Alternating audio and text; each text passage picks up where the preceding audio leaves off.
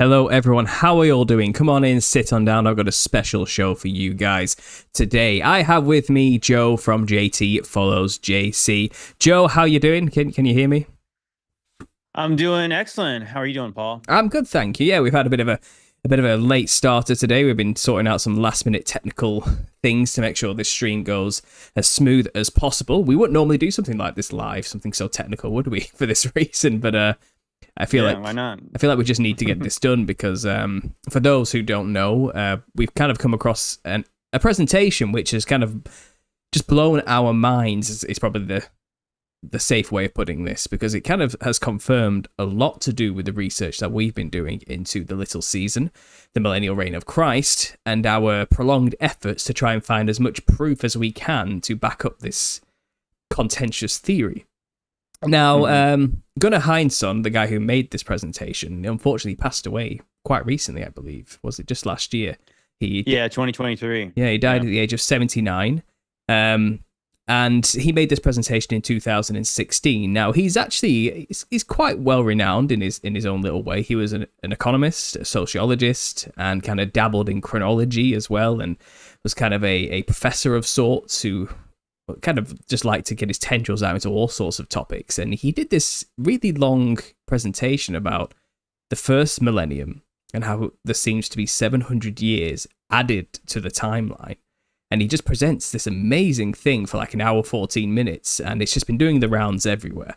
So after Joe shared it to me and I watched it, I was like, we have to talk about this. We just got to do something with this. So I've gone through the presentation.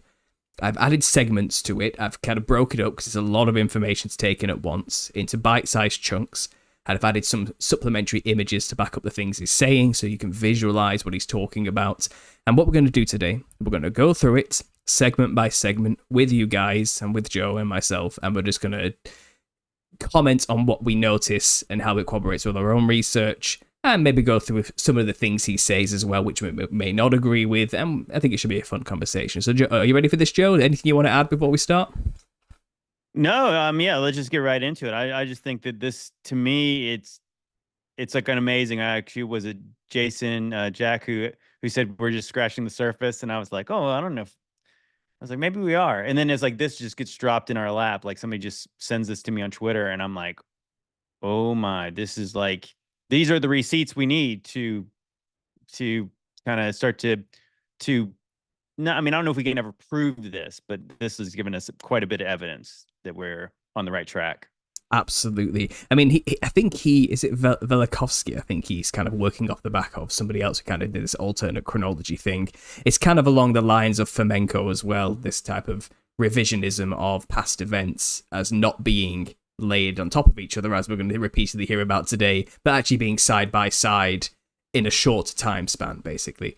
And again, we can never fully prove these things, but I think what we're going to see today is very compelling evidence. It's very compelling, and it definitely it's scientific. It's scientific evidence, Absolutely. Which is like normally that we're not on the side of the quote unquote science, but it's like if this is where the science leads us, it's like that is, yeah. I feel pretty strong about it. I mean, I feel good. I feel really good about it. And just to preface, for people who don't know who might be stumbling onto this video, we are a Christian truther channel. We're a conspiracy channel, but we keep it from the Christian perspective.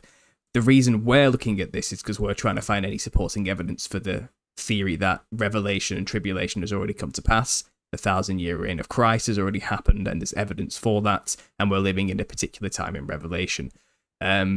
Gunnar is not a Christian and does not perceive it from this angle at all. So his work was not created to further this research, but we are going to use it to our own benefit, technically. That's what we're doing here, just as a preface. So Gunnar does say some things which are quite contrary to Christian belief here and there, and he's not a Christian. So that preface does have to be made for my audience who are Christians. Be prepared for this, and also for those who are coming to just listen to Gunnar. You can go and just listen to the whole presentation on my channel without any interference from me or Joe if you just want the information without our opinion. This is going to be an opinion piece today more than anything.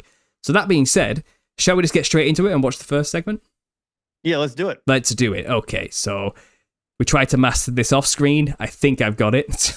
Let me share the screen. That's the presentation up there.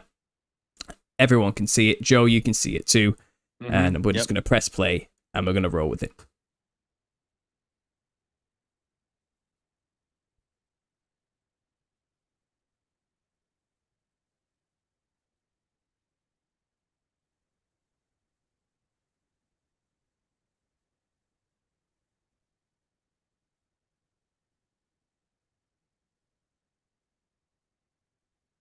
And I will go back 20 years when I wrote this book, The Creation of the Gods.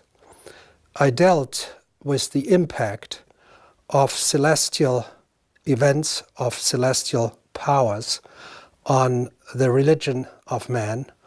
And I stopped this book with the catastrophe that divides the Bronze Age from the Iron Age. If you believe in a Greek Dark Age, you know that the Bronze Age comes to an end around 1100 BCE. If you don't believe in it, as I do not, it ends around 600 BCE. And if you are a nerd for stratigraphy, it may even end later, like 400, 350 BCE. Anyway, it will end before the first millennium AD, after Christ CE, whatever you prefer to call it. And I have to say today that the major flaw of this book was ending in the first millennium BCE and not looking carefully enough at the first millennium AD. Of course, I was aware of the crises in the first millennium hitting the Roman Empire, but I belong to those who wrote about these crises as caused by demographical or by economical factors. This was the major flaw of thinking at that time, and I try to remedy this today. I worked on the problems of the first millennium AD since around 65 months, and we will look at the events that took place there right away. We start with a summary made by Wolf Liebeschütz. He survived the Holocaust in England. He was from Hamburg, Germany. And he had to say this: the climax of the classical city was reached in the first 2 decades of the 3rd century. After that, it never recovered. The empire was passing through the crisis of the 3rd century, first hit. Next one. During the 6th century, the cities of the Greek East were hit by a series of severe blows. The effect was like the crisis of the 3rd century.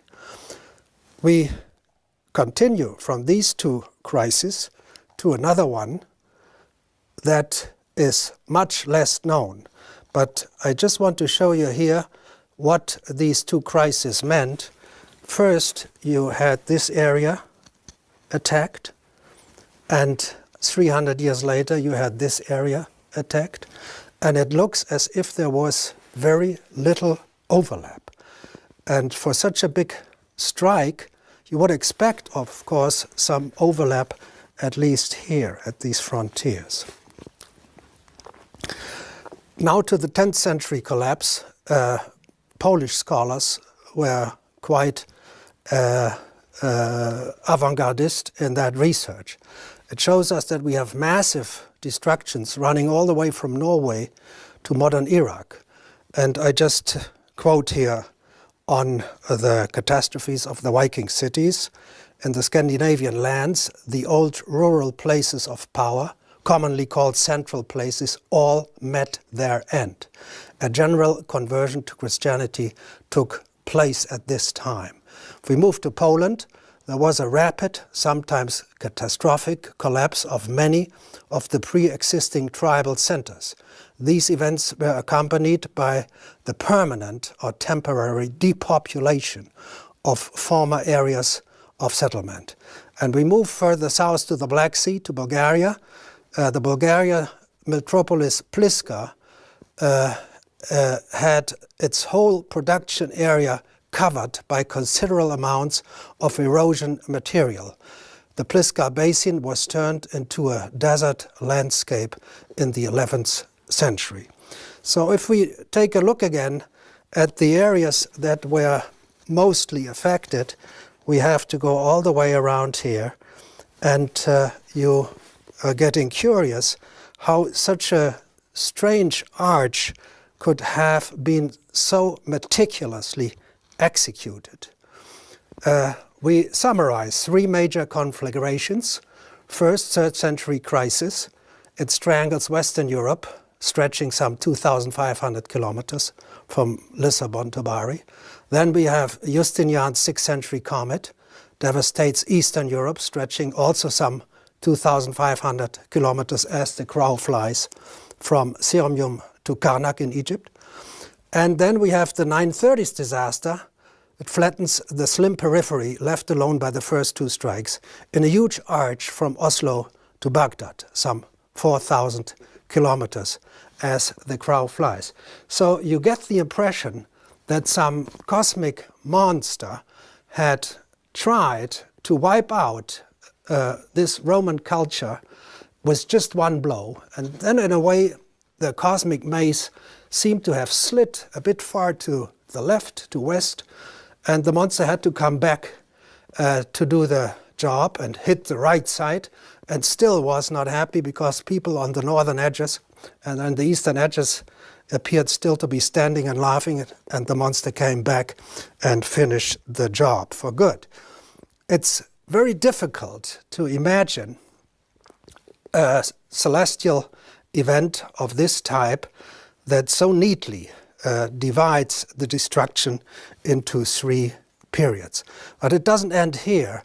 If we look at the crisis of the 930s, 920s, 940s, give or take a decade, we have to acknowledge that the classical Maya culture also collapsed. And if we look at Samarra in Iraq, the Abbasid city destroyed around the 920s, 930s, we are looking at 12,500 kilometers as the crow flies. That's a huge distance, and it requires some massive agent to wreak havoc on these enormous areas. So what are the causes suggested for the first millennium cataclysms? For the 1st century crisis, the theory goes that enemies, barbarians, mostly Germanic tribes, destroyed the Western Roman civilization. Yet it's very difficult to imagine how human beings could make entire cities disappear under mud, sand, or water. The 6th century crisis is the most meticulously researched.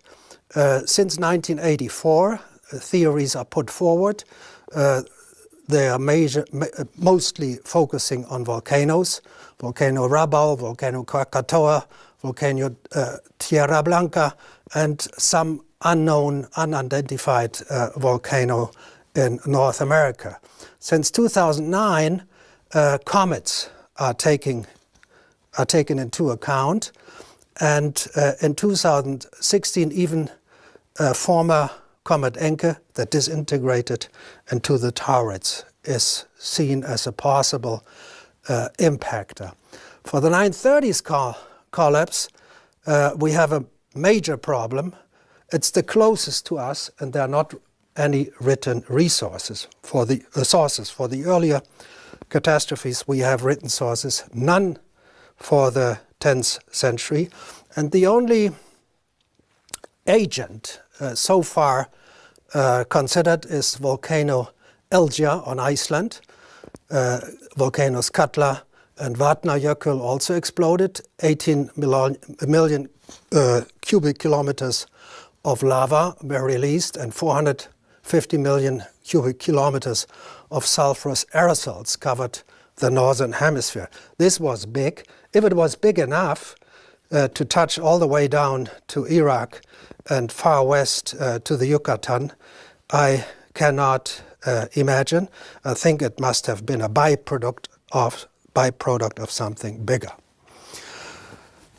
Now, if you start doubting that we are dealing with 3 different strikes with very little overlap, if you believe it may have been just a single strike, of course, you are confronted with chronology.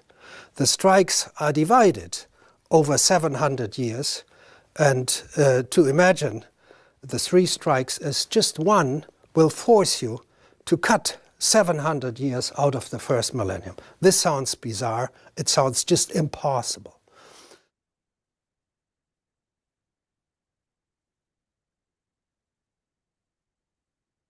Okay, Joe, can you hear me? I can. Excellent. I think the guys can hear you too. So let's review that. 3 huge cataclysms separated over a 700-year period. So we have the 1st century crisis, the invasion of the barbarians, a mass movement of people from all surrounding nations of Europe just suddenly destroying and roaming through the land and taking over everything and killing a lot of people. Then in the 6th century, he's talking about, so this is 536 AD, this is the worst year on record we're talking about here. Volcanoes, everything that could go wrong, possibly going wrong. Mass famines, pestilence, disease everywhere, a mini ice age of sorts, the sun going dark for like months on end, just causing absolute destruction and disaster, and including even a comet is talking about there as well at one point. Basically, everyone's theorized that in that time, everything that could have gone wrong for humanity all went wrong at once. And then he's talking about a 10th century disaster, which is kind of like something that basically just utterly decimated everything. And we're talking about not only in Europe, as far as Maya, up to the Yucatan, and we're going far into China here as well. Same problem, famines, destruction, and Iraq is just destroyed and turned to desert, as he's talking about. Everything just suddenly disappears. But what he's trying to say is there's no overlap of these events when you actually look at them. So he showed, for example, the invasions of the barbarians. He says in the 1st century they invaded the west side of Europe, and then 300 years later they decided to invade the east side of Europe with no crossover in that boundary in the middle, which does obviously makes no sense whatsoever. The only way that's possible, and what he's trying to theorize here, is these are all the same event, all happening at the exact same time, and for some reason we've just added 700 years into the mix. So what do you think of all that? That's my quick summary of what happened there, what you just said. I mean, I guess the first time I heard this video, I guess I was really surprised that like how these different events are the history on them is so unclear. And I think that's sort of what I mean, because obviously I've only really concentrated on a certain part of it, because when we did our video about 536, we're looking into it, and I remember thinking, like, this is really not all that concrete on what they're saying. Like in the theories about volcanoes, it's kind of like, well, I was like, in my brain, I was trying to think, like, there's historians who are supposedly writing things down, but like the details about 536 were just 1 or 2 lines about like, oh, well, we didn't have shadows in the daytime and stuff like that. And I thought that's a little bit weird. And then so they have to theorize that it's volcanoes that did it. And then later people say, well, it could have been comets. It's like, well, it could have been Godzilla. I mean, as far as like all the stuff you guys are saying, it's like, this is not really, like, you're not really giving us any facts. You're saying, oh, well, we checked ice samples and tree rings and blah, blah, blah. And I'm like, well, that's still not like history as far as I'm concerned. But yeah, interesting. When I first started to see that stuff, and especially when he's talking about like barbarians and people, that doesn't really explain how cities are leveled. And I know Vitali brought that up at one point too, saying, yeah, do you understand how wrecked Rome was? Like, so what kind of weapons did the barbarians have that literally destroyed cities? And we know, based on kind of history, people who invade cities would conquer them and use them. They really have no, like, why would you, if you could conquer a city like Rome and you could rule over it, you'd rather do that, I'm sure, than to destroy an awesome place, right? Well, he mentions, Pliska, this Roman city in Poland, was literally just turned to dust, gone. like eradicated off the map.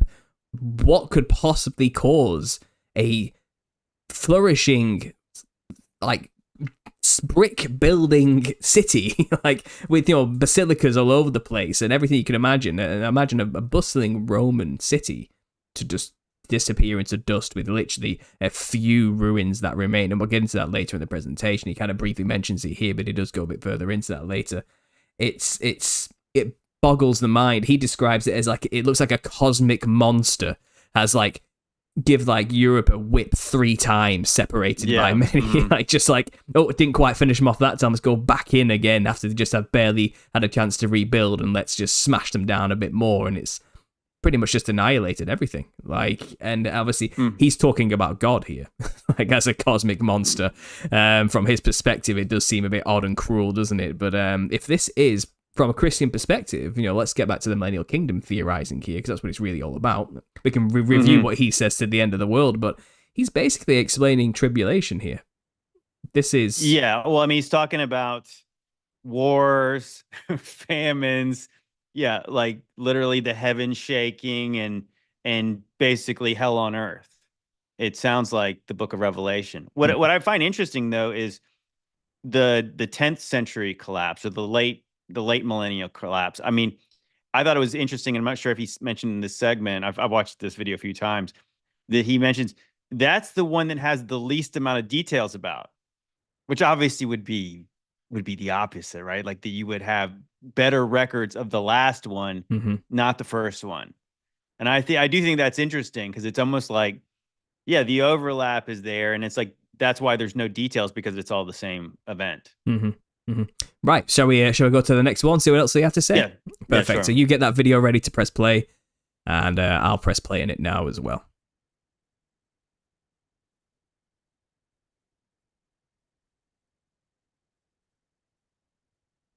So when I started to understand the chronology of the first millennium, what struck me most is that from antiquity, 1st to 3rd century, to late antiquity, 4th to 6th century, and then to the early Middle Ages, 8th to 10th century, you always have the same architecture, the same Roman basilica architecture. There is no evolution whatsoever in the arts, in the sciences, in the architecture, as I said, and moreover, in the language too. Latin of the 2nd century is indistinguishable from Latin of the 9th century.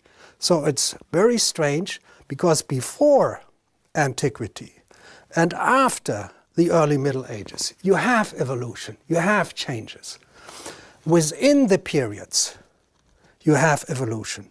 But between the periods, you have a standstill of cultural evolution that just appears to be absolutely impossible.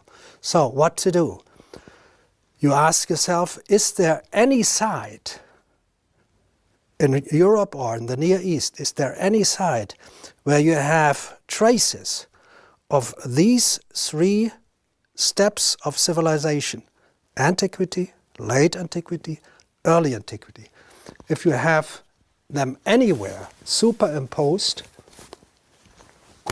on top of each other, you have a stratum for antiquity, one from late antiquity, and one for the early Middle Ages, superimposed on each other. So when you have the 10th century, you dig down and you find the 5th century or 6th century, and you dig down and you find the 2nd and 3rd century, always with this type of architecture. If you look for such a site, the selection is immense. So we know about 5,000 Roman towns and cities, 20 to 25,000 large agricultural estates, Villa Rustica. And further east, we know about at least 5,000 Cherniakhov sites. They are outside of the empire. They are located about here. So we are looking at least 35,000 sites to find those that have these 3 periods, antiquity, late antiquity, and the early Middle Ages superimposed on each other.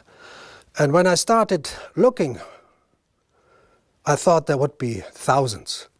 Then I thought there would be hundreds. And then I thought there would be maybe 50. Now I know there is not a single such site. And it's not a result I decided upon myself, but it is the result of asking many, many experts.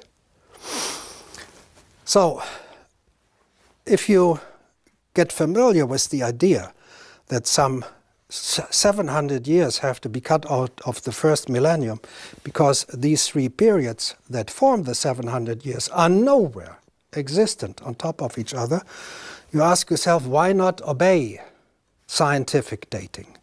And the most respected by archaeologists now is dendrochronology. You're counting tree rings. And so you have heard, of course, or read that the tree rings do confirm the number of years of the first millennium. This is true of a very famous man, like Mike Bailey. He says, of course, the first millennium has 1,000 years, not 1 year, maybe not 1 minute left. But then the Larsens, very meticulous researchers, they say no. For the first millennium, we just have 782 years in tree rings, not more. So we have to cut out some 218 years. And very recently, you have the attempt by Tim Cullen of Malaga Bay to say the first millennium has only 550 years. So you cut out 450. I have a lot of respect for all these researchers. I just want to show that there is no such thing as a certainty for the length of the first millennium, even in tree ring years. Moreover, in 2014, I have proposed finally to come up with a genuine blind test. So I had asked, especially had asked Mike Bailey, to start his work on a site in which you have antiquity, 1st to 3rd century, late antiquity, 4th to 6th century, and early Middle Ages, 8th to 10th century. And you take from every strata group, you take construction timber and construction timber from here and construction timber from here, and then you send it out to 5 different dendrochronological institutes, and they don't know, of course, what they are receiving, but somebody knows what he is sending out, and they will come up with a blind test. You would expect this has been done long ago. It was never done. I have to add, though, that my proposal was a bit mean, because I made the proposal when I had already discovered that there is no such site out of the more than 30,000 that we know that has these 3 strata on top of each other. Thus, you cannot find any place where you can pull out a piece of wood here, a piece of wood here, and a piece of wood here, and then date it.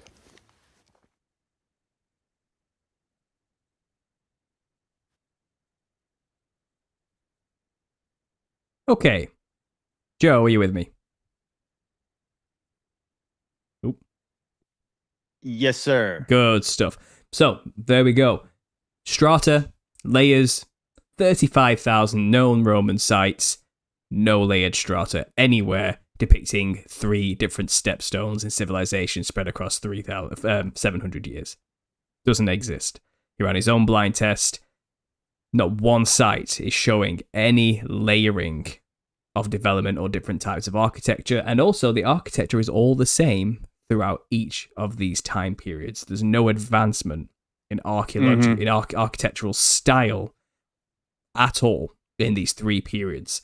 In fact, those in the 10th century are still building in 1st century style. So what do you think about that? I mean, I think that's incredibly sus if it's not how he says, and you don't take the 700 years out. It really makes no sense. I think I feel like I'm starting to understand what they meant by the Dark Ages. Oh, nothing really happened. Like, they didn't build anything. They didn't do anything for these long periods of time. It's like, Obviously they did. But the real problem is like the Dark Ages is because, yeah, they say it's dark because you have no real actual history, because the history is wrong.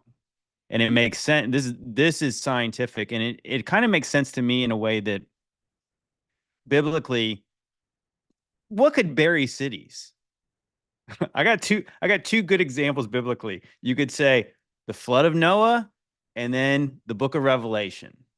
Because I think it's like maybe I think it's unusual for cities to be completely buried under the ground. Like, what is it, like 15 meters worth of things buried under the ground? Like, what could do that? Like, and I'm not just talking about just like a regionally or like very locally.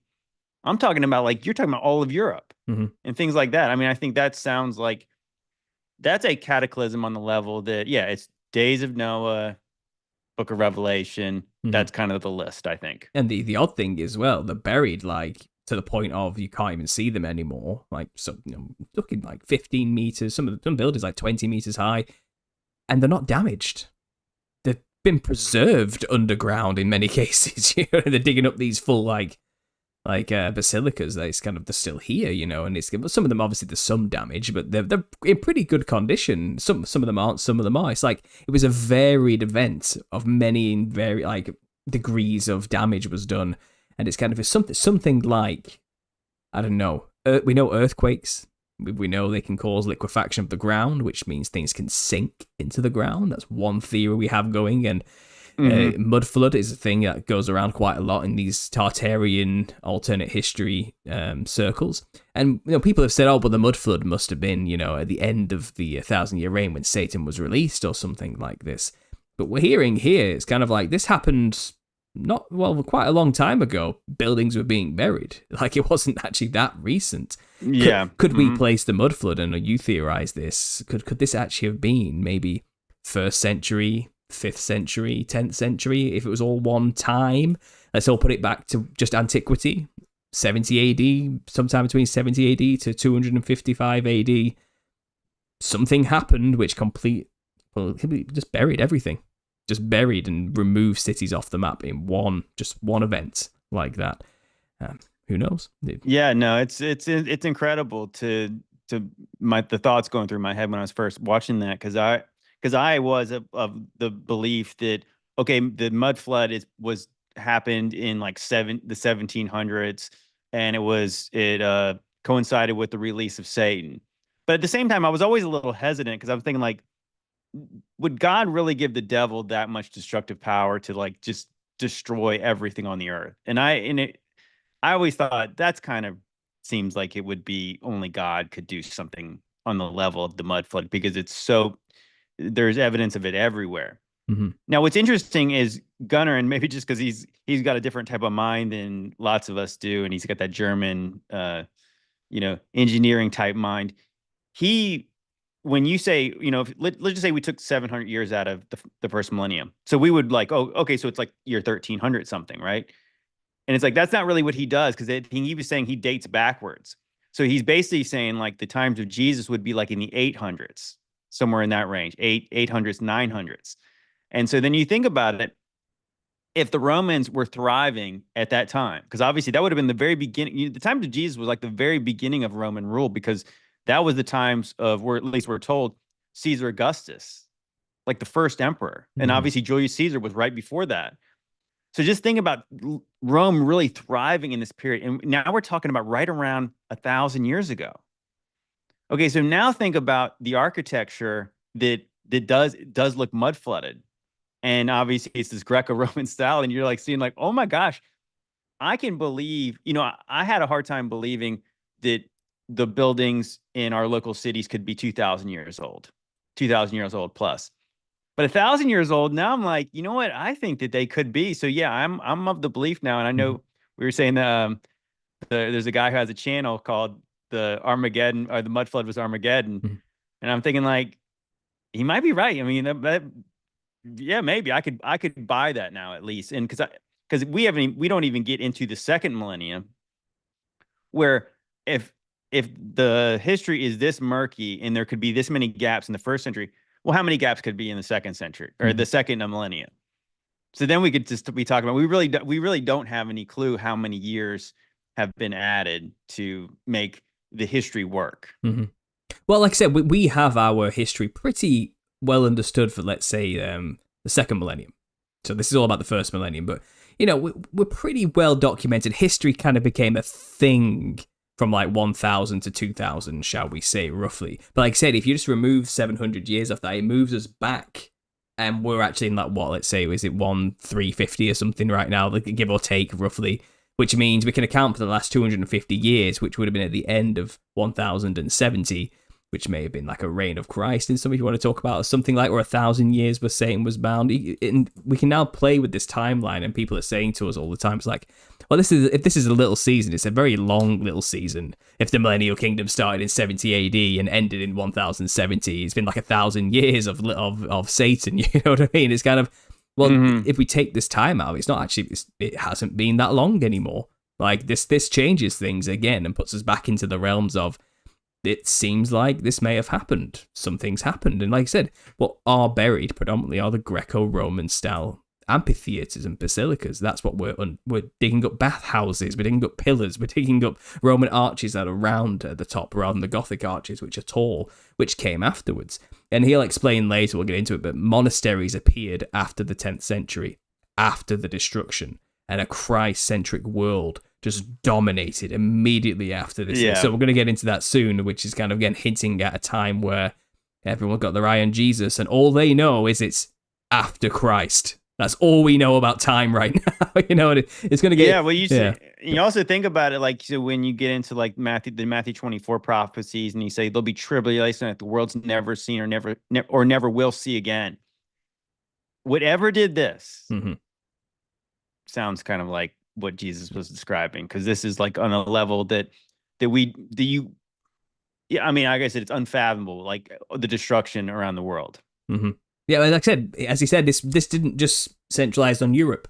All the way across to South America, the Mayan culture collapsed at the same time, as well as the Iranian, Middle Eastern cultures of Mesopotamia was collapsing at the same time. All the way up to China, they were having their own famine and destructions.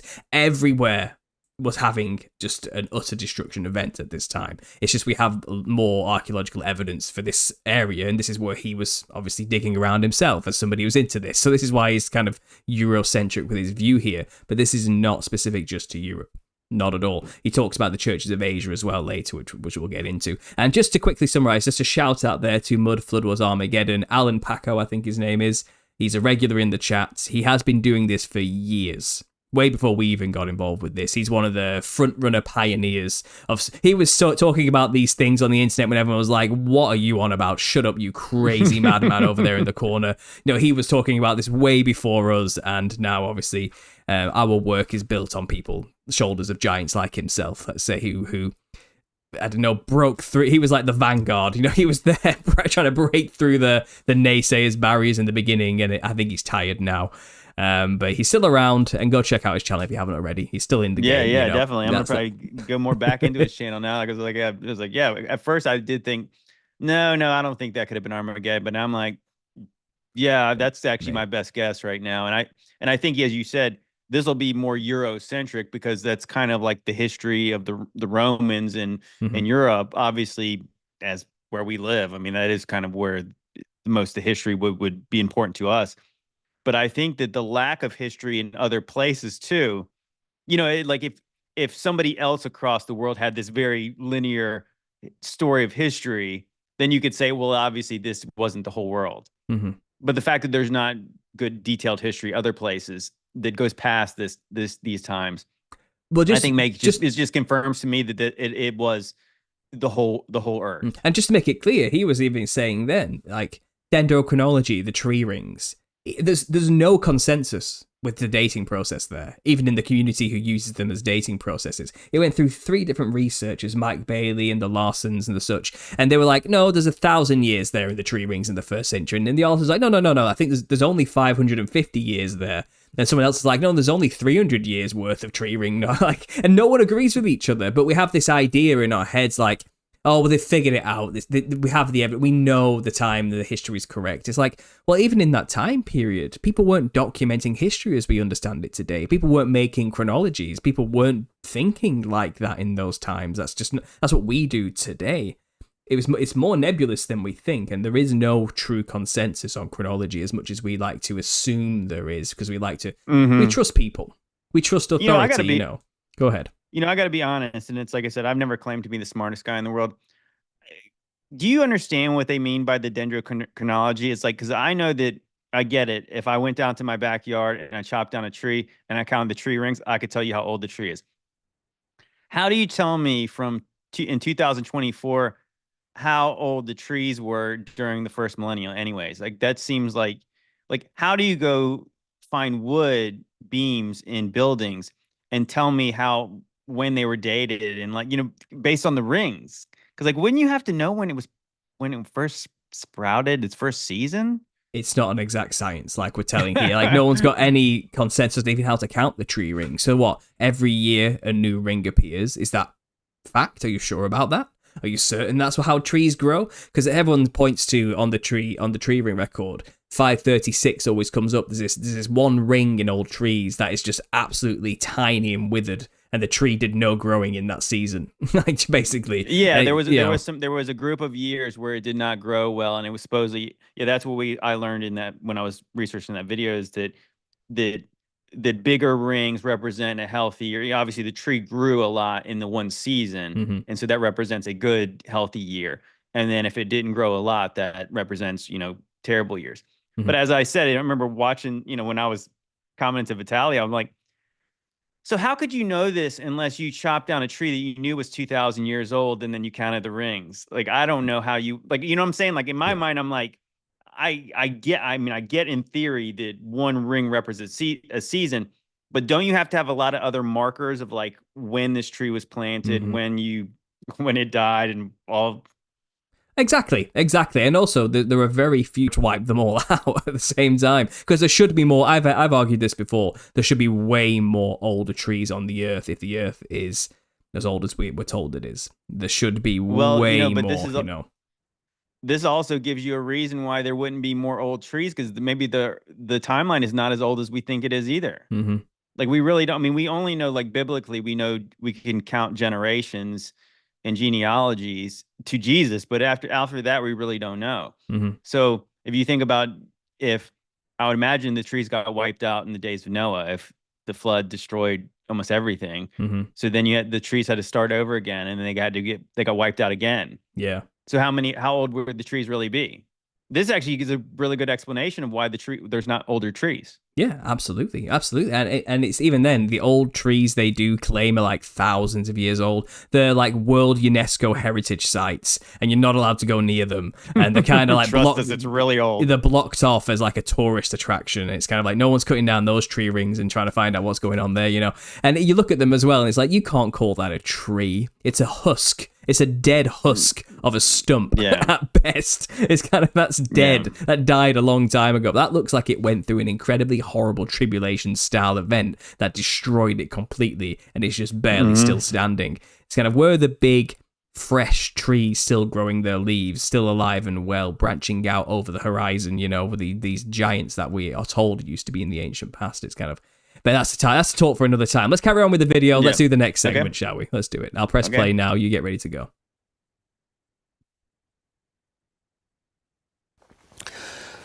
So most of you will now think about Rome, and you think, but Rome has everything. At Rome, you find for every century from 100 to 900, you will find buildings.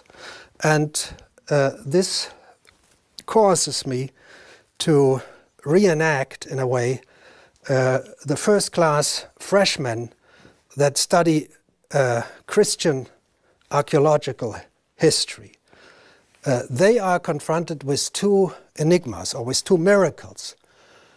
Miracle number one: Christianity, they are told, is the only major religion in the history of man that had to do without temples, without buildings, without churches for 300 years. enigma number one, miracle number one.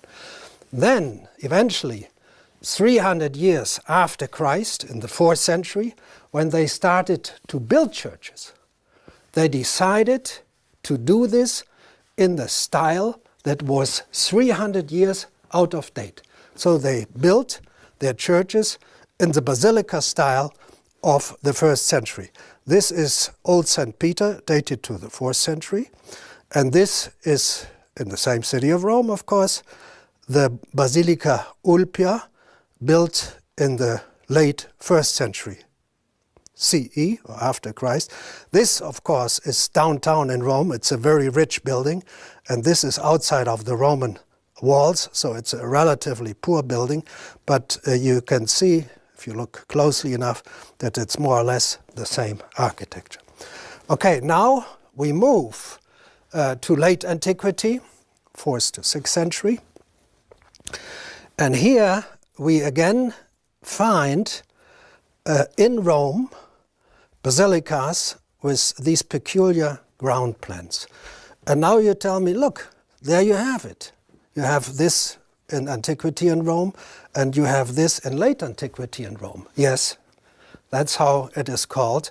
But these churches, they are never superimposed on buildings of antiquity. They are sitting in the same village, or the same big town, you have to say, in the same plane. They are not distributed like this, but they sit in the same archaeological plane. Richard Krautheimer, the most ingenious scholar who ever put his mind to the problems of Rome, he survived the Holocaust in the United States. He was from Fürth in Germany, like Henry Kissinger. So what he discovered for himself was that in late antiquity, the Christians created a renaissance of antiquity, a perfect renaissance, down to the building materials, down to the roof tiles. And then in the early Middle Ages, 8th to 10th century, there was a second renaissance of the basilica types. And he was so precise that he could show in the 9th century, they imitated ground plans of the 5th century. And in the 8th century, they imitated ground plans of the 4th century. So, thus, it looks like a complete and perfect renaissance. But again, all three types of buildings are never found superimposed on each other. So that's why even for Rome, if you look at any particular area of Rome, you never find antiquity, late antiquity, and the early Middle Ages superimposed. You find them like this, side by side. And this is the question I'm just asking. Can we cut out 700 years out of the first millennium? I compare now Rome with Constantinople and Jerusalem. You see, this is antiquity Rome, 1st, 2nd century. This is late antiquity Constantinople, 4th to 5th century.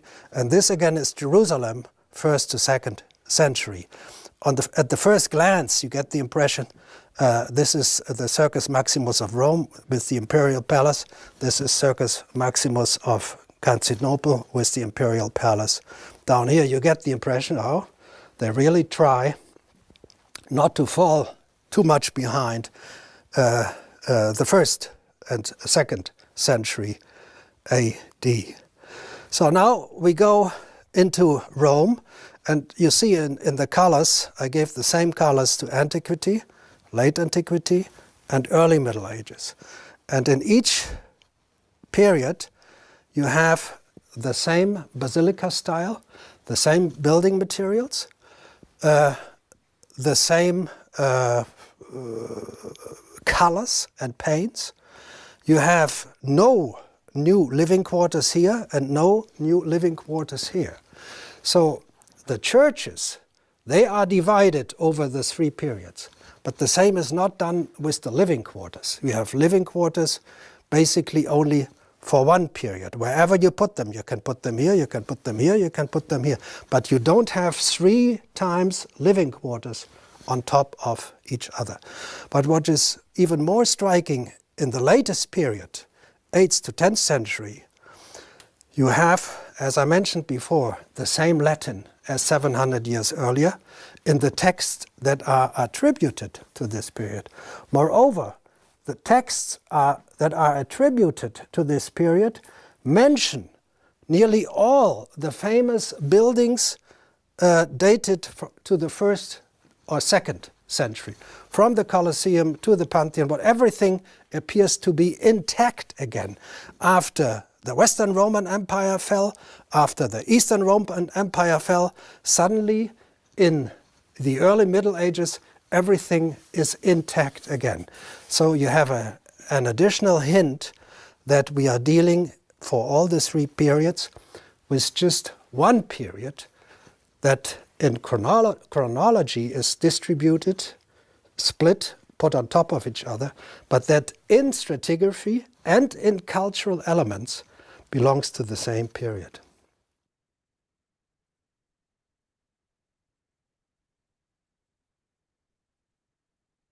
Okay.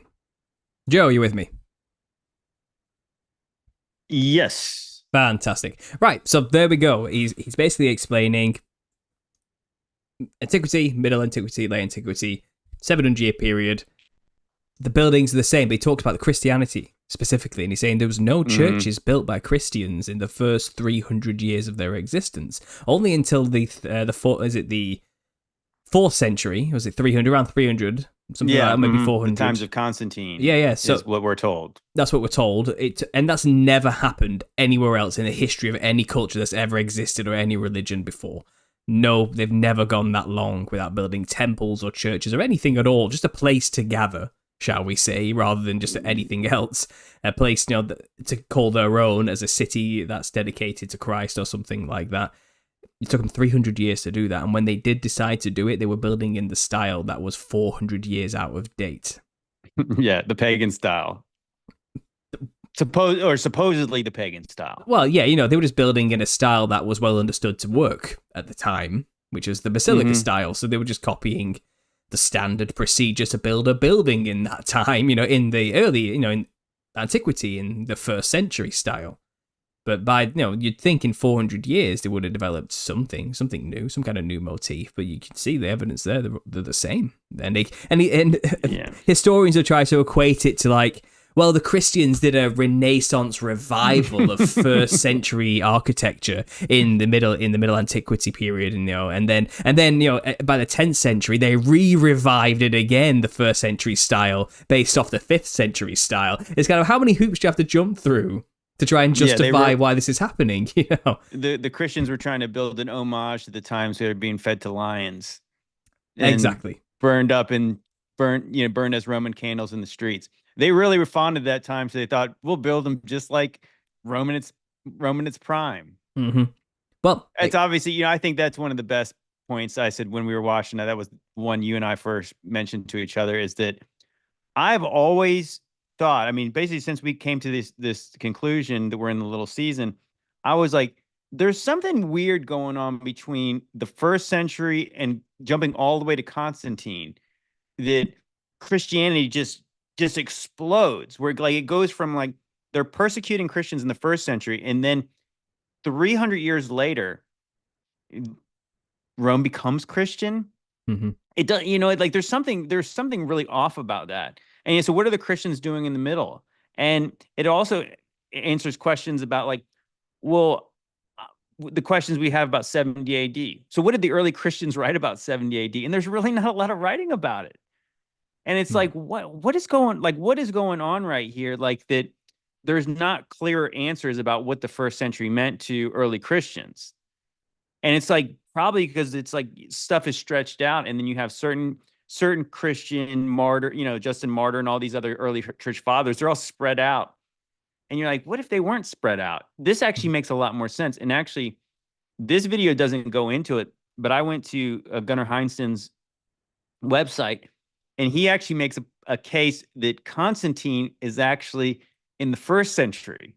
Mm-hmm. And I'm like, wow. So like at that point, now we really are talking like that when the Romans converted to Christianity at a very early time, we are talking about like a massive move of God in a way that history doesn't really write about. We're just told that Constantine had some vision of a cross in the sky, and he just conquer in the name of this, and Yeah. he did. But when you put it in the first century, if he saw that vision in the sky, what if this was literally like Jesus coming on the clouds? Mm-hmm.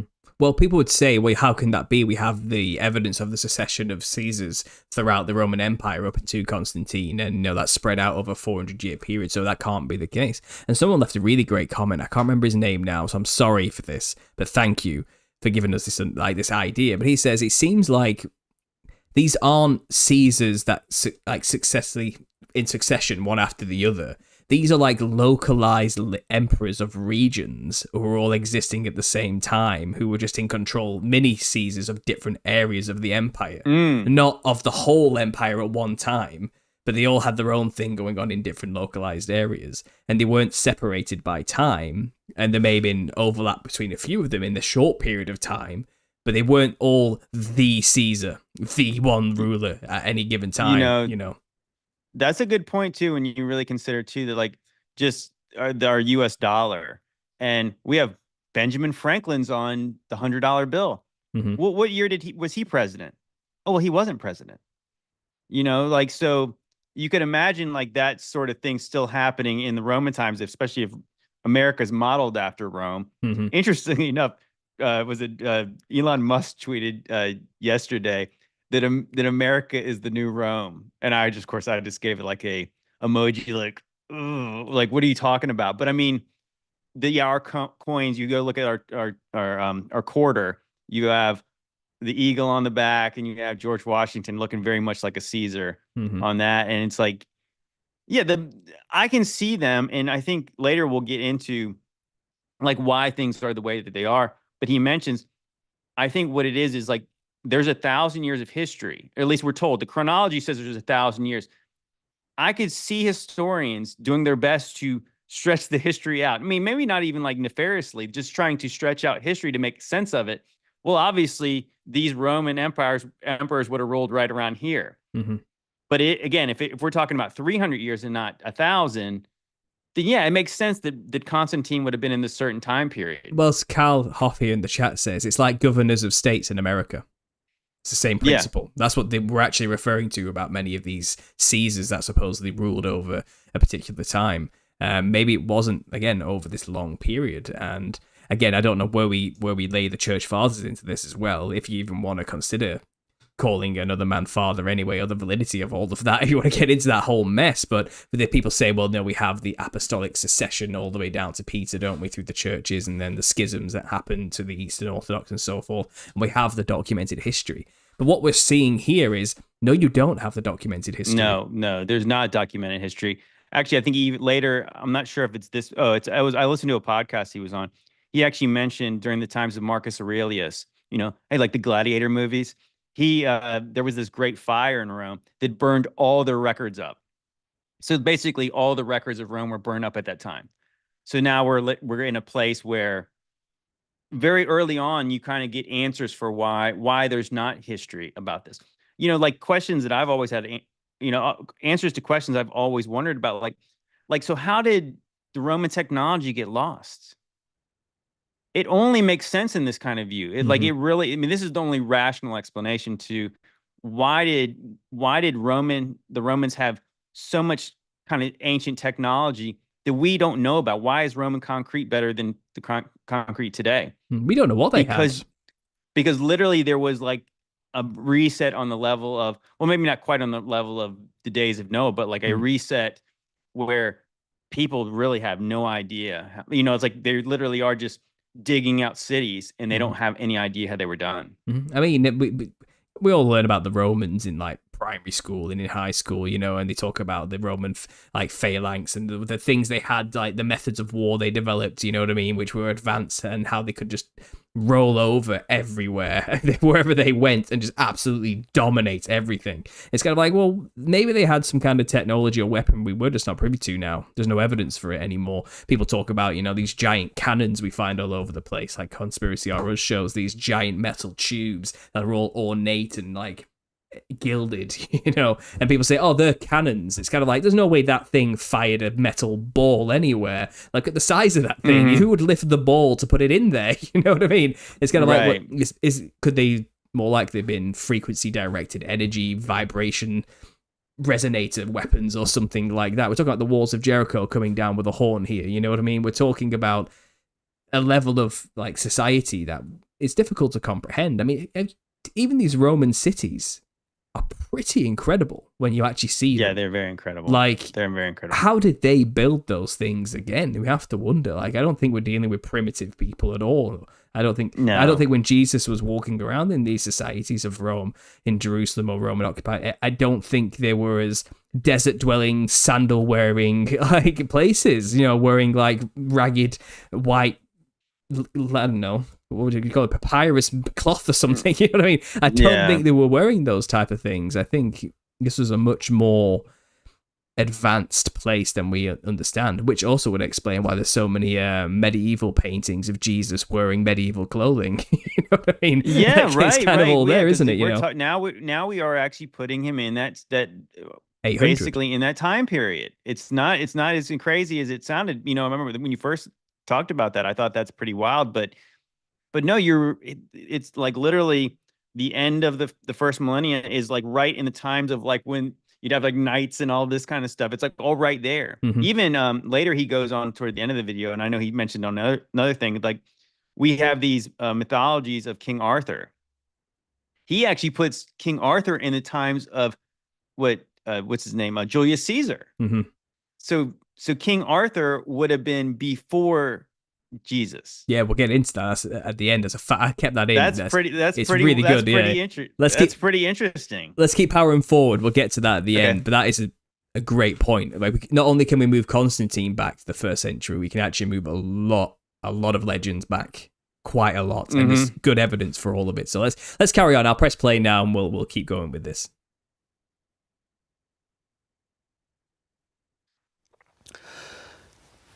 To have an impression of the destruction that hit Rome, I juxtaposed here, again, downtown Rome in the 2nd, 3rd century, and this is Rome around 1500.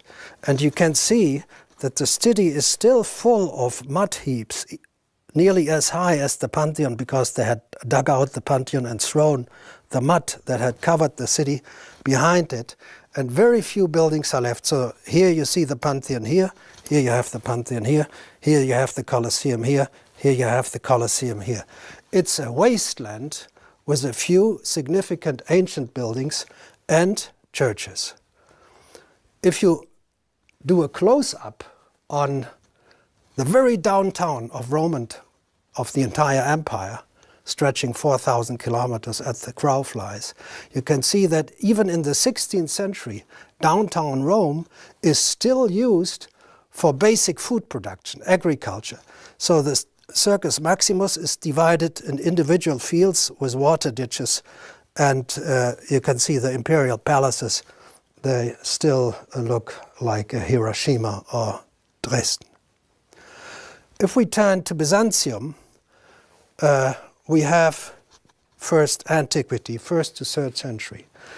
The authors of that period, especially Cassius Dio, he tells us that from the 1st to 3rd century, Byzantium or Constantinople, whatever you want to call it, is second only after Rome. It's the second most important city of the Roman Empire.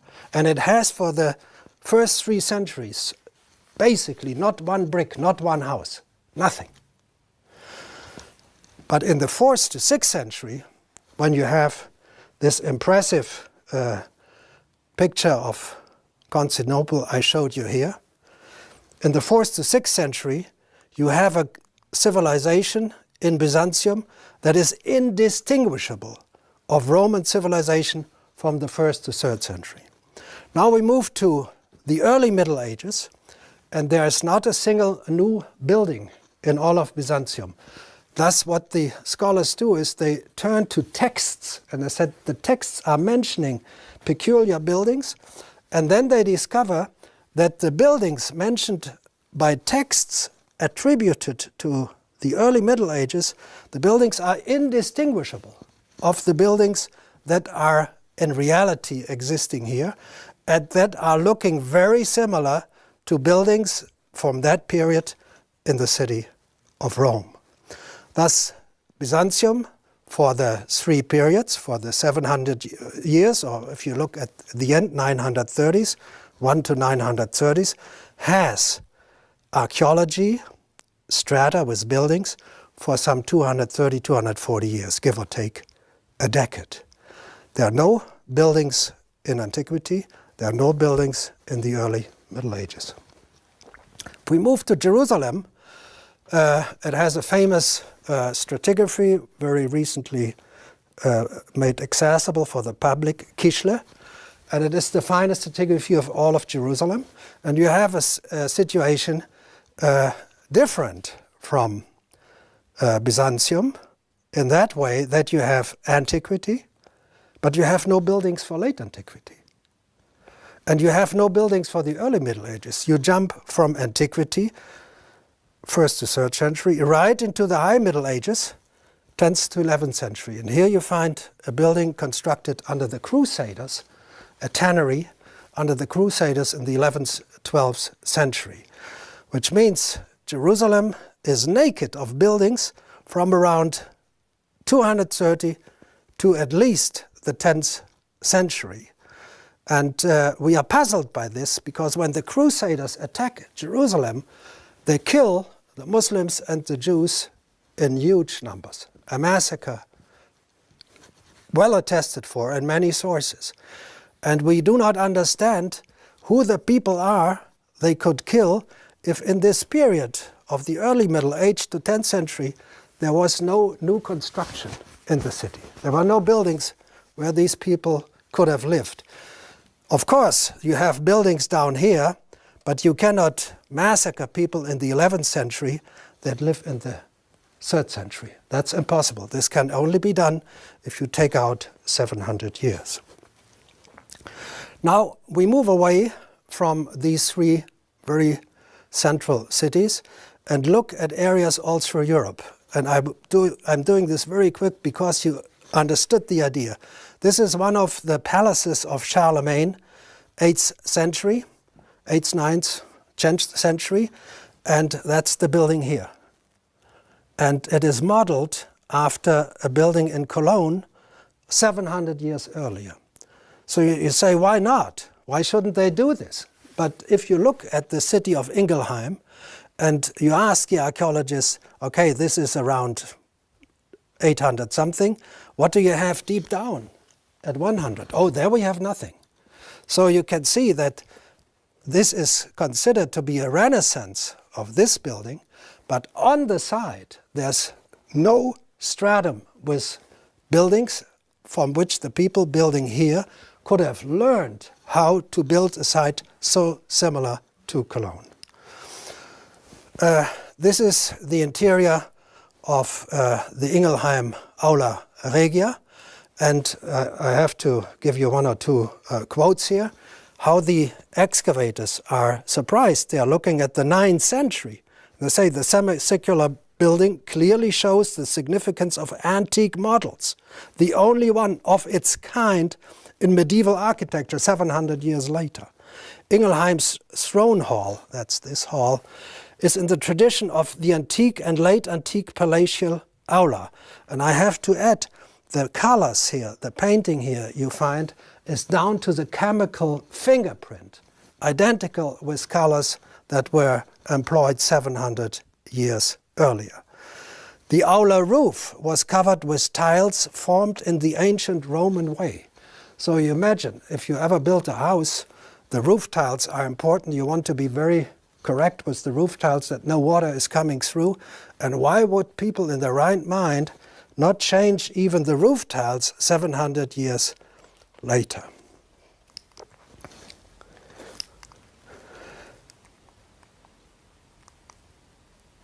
We move now from Germany to Hungary, and here we show a Roman governor's palace in Budapest, and 700 years later we show the Basilica of Zalavar, and in German it's called Mosarburg.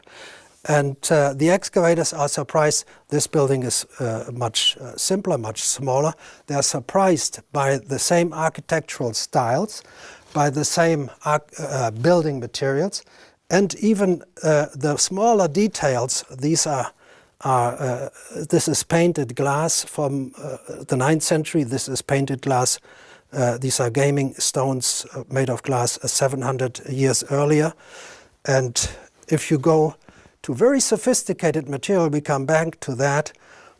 This is Millefiori glass, and this is 1st century Millefiori glass. And this is the Millefiori glass found in Mosarburg in the 9th century.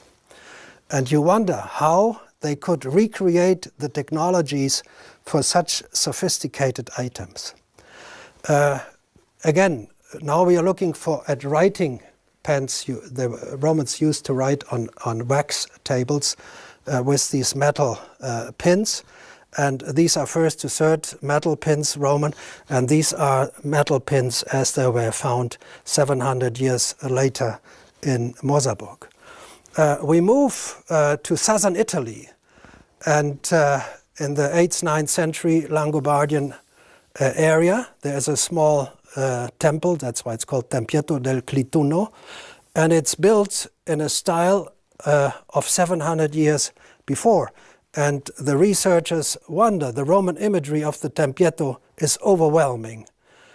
As well known, it was convincing enough to lead a critic as acute as Andrea Palladio to rank it among the ancient Roman temples.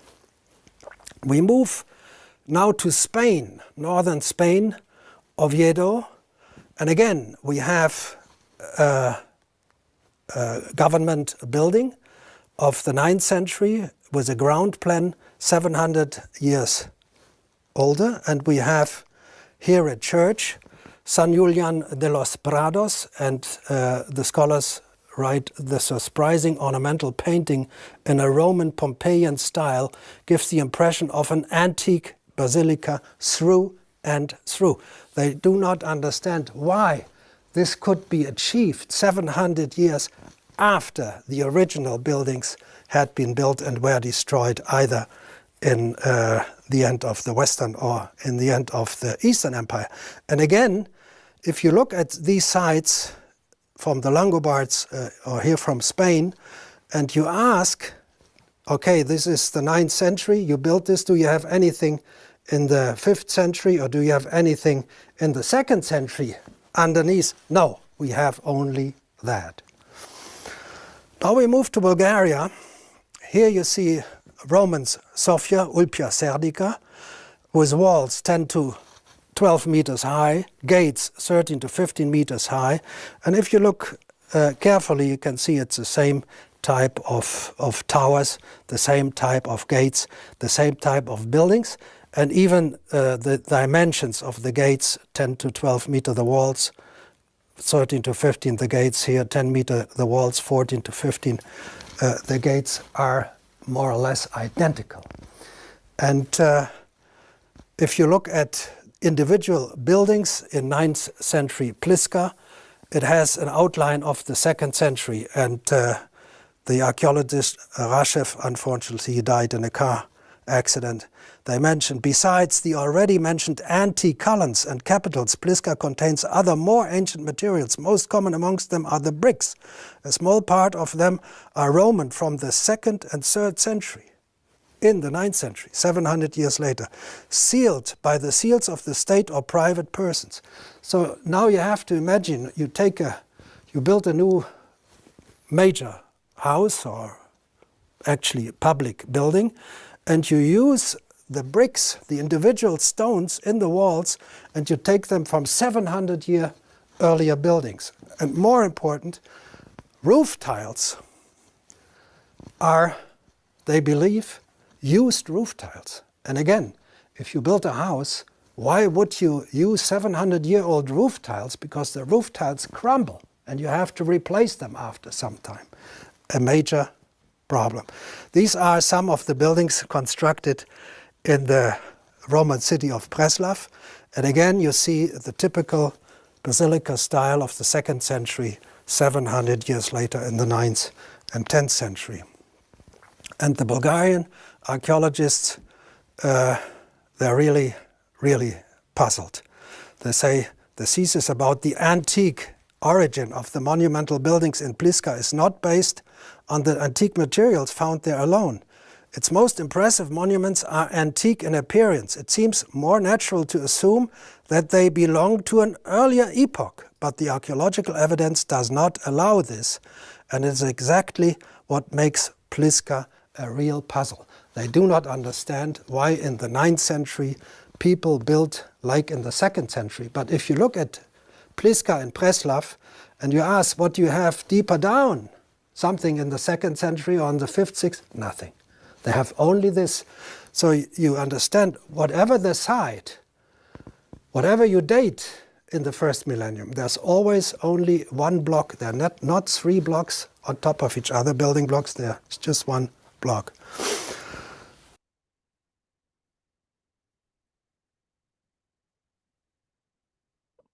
Okay. You with me? I am. Excellent. So I'll let you take away with this one first. Any thoughts on what we just shared there? Oh, a lot. I wanted to comment so much earlier. The thing about Jerusalem is pretty mind blowing. And actually, I said I cheated because I listened to him on a few other podcasts. Okay, so what we're told basically is that there was no buildings in between, like the destruction of Jerusalem in 70 AD and the Crusades. Mm-hmm. Right. So so what are the people who are the Crusaders are going in to liberate Jerusalem from? Like, where do they live? Like, what's happening then? And so what I found super, super interesting, he said on another podcast, and I did not know this, maybe you did. So the Romans, when, because they were obviously had all, dominion over all basically the known world, they conscripted like locals to be in their army. Did you know? I mean, did you know that? I didn't know that. Keep going. Well, I guess if you think about that movie Gladiator, Maximus was a Spaniard, so obviously they conquer these different territories in the army. But we know, based on the history we have been taught, Vespasian and then eventually his son Titus lead the charge into Jerusalem. But the general army were not Italians. They were actually Arabs. Yeah, that's what he actually mentioned that on another podcast. And I thought, oh, wow, that's really interesting. So his question to other historians were, okay, so if the Arabs who basically, Vespasian and Titus lead the Arabs into that area, conquer Jerusalem, you're saying, why didn't they just take it over right then and start building? Mm-hmm. Well, he's saying they did. And so what's really interesting when you consider that, and you consider all these years being lumped together, we're told about like Muhammad and Islam, and like it's pretty far removed from Christianity. But what he was saying is like, no, obviously this stuff is all happening around the same time. And he actually even makes a point to say that the Judaism had a hand in basically, the creation of Islam. Mm-hmm. And it's super fascinating to consider that, yeah, so all this time is like, so Christianity is kind of growing in Rome, and then in Jerusalem, what you have taking root is Islam and the remnants of Judaism. Mm-hmm. And I'm like, oh my gosh, that's really fascinating. So consider this. What if the false prophet was Muhammad? Well, if you place the timeline, if you move the Crusades back to the 1st century now, and then tie in what you just said there, then we're kind of getting an image here of a big event. Yeah, I mean, that's what I'm saying. Like, how huge is this? But I mean, obviously, it is. He's absolutely right. And this, I think, a couple other points he makes is when he says that we're told that, well, Constantinople was the second most important city in the Roman Empire. And he's basically saying, but during this time, there's not one building, there's not one brick, there's nothing there. And obviously, when you see what it looks like, it looks just like Rome. Mm-hmm. And so I guess what history would tell us is, well, they built it in a Renaissance style of Rome. But it's like, no, but obviously it seems obvious they built it around the same time, and that's why it looks the same. Mm-hmm. Well, he explains here, basically from the 2nd to the 9th century, no new buildings are being made. Nothing. And he goes all across Europe, outside of Rome. He goes all these countries. He goes to Germany, Hungary, Italy, Spain, Bulgaria. And people don't understand. They're saying we don't understand. For example, there's this antique basilica in Spain that's built in the identical style with the same materials as the 1st century, but we can only date it to the 9th century. We don't understand how this is possible, and there's no strata underneath it. It's like, why would they build in this exact style from the 1st century 900 years later using the same building materials? And they can't in their mind just say, maybe it was built in the 1st century, maybe you've got they can't fit it into the narrative that they're supposed to be trying to continue. It doesn't belong here. So they can just ignore it. And it's like, let's just forget about that and move on. That's just an intrigue, that's just interesting, I guess. Let's move on. And like the Millefiori glass, for example, like it's not just architecture; it's the things people were using. Yeah, like 1st century pens being used in the 9th century. It's telling me they hadn't figured out quills by that point, or some other method of transferring or maintaining ink in a vessel to make it last longer or something. It's like no, they're still using this primitive nail press into. So it's just an odd thing, isn't it? It's like 900 years of no development, no change, nothing at all. Call it a dark age if you want, you know what I mean? But it's like nothing, no advancement. Like, why do they still rigidly stick to this? It must be 9th century when it clearly isn't. Like, is there an agenda afoot? I don't know. It's kind of, are these? I mean, it's preposterous. Is the chronology actually the way he exposes it naked? It is preposterous because, like, you guys in the chat, just try to consider that if we were still doing the same thing we were doing 700 years ago. I mean, I don't even think people can even imagine what it was like 700 years ago. So we wouldn't even know what it was like. Mm-hmm. So no progression in architecture, culture, and language in 700 years. I mean, just even think about like the way we use slang and different kinds of terms and the way everybody's language and like as you get different ethnicities, kind of nations kind of conglomerating together, and all of a sudden the language starts to change a little bit. There's no way that with the chronology we've been taught that those things would not evolve in some kind of way. Mm-hmm. And you think, yeah, like that either Rome is expanding or it's contracting. It's doing nothing. Like, you know, I mean, it is nonsensical to think like that. I don't know. I mean, to me, it is. I think it's sort of undeniable, like that the things that he's saying are correct. Well, yeah. I mean, we'll just carry on. Let's just carry on because he's about to get into the Anglo-Saxon view now. We're going to start talking about King Arthur. We're going to start seeing about what was going on in England during these times and Roman occupation of England. I can't wait till we get to the Vikings. The Viking stuff is like, yeah, I got some connections to make there. Let's just keep. Also, we get back to the Arabs later as well. So let's just keep rolling with this. I'm going to press play now. We move to England. One of the major enigmas of England is that at the time when everybody believes the Anglo-Saxons from Germany took over the island, it's dated around 400 after Christ, 5th century after Christ, up to 900. There is not even agriculture in England. There are no fields, there are no plows, there are no farmhouses. So we do not know how these famous Anglo-Saxon kings would feed themselves or would feed their villages, their farmers. And I just give a few quotes. The Saxons tended to avoid Roman sites, possibly because they used different farming methods.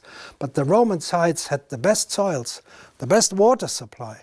So what farming method would stop you using the best soils and the best water supplies. So the historians expect when the Romans are finished here and the Saxons are moving in here, they would use the compounds of the Romans. They would use the walls to shelter themselves behind them. They are astonished that they don't. And attempts to demonstrate conclusively significant continuity in specific urban or rural sites have run afoul of the near archaeological invisibility of post-Roman British society. So we are looking at 400, in conventional chronology, 400 to 930s. And Fowler, he quotes the evidence of the missing agriculture. In contrast to the field systems of the 500 years or so before and after Christ, there's little evidence in the ground for the next half millennium. Now, Alfred the Great is considered the most famous Saxon king. He's famous here in Poland too because he sent out Wulfstan to find Truso close to Elbląg. And the problem with Alfred the Great's city of Winchester, Venta Belgarum, is that for the 9th century, when he is dated, there's nothing there. There's no palace, there are no farmhouses, there are no streets, there are not even toilets there. It's just nothing. But if you go down in Venta Belgarum to the antiquity period, so here's Alfred's period where there's nothing, here's the late antiquity where there's nothing, but if you go down here, then you have a rich stratum of houses, of palaces, with wonderful Roman mosaics, and nobody claims property of these palaces, of these houses. And I take the liberty to return this property of the palaces in Winchester to Alfred the Great. But I can only do this, of course. I can only give him a palace of 200 in the year of 900 if I cut out 700 years in between.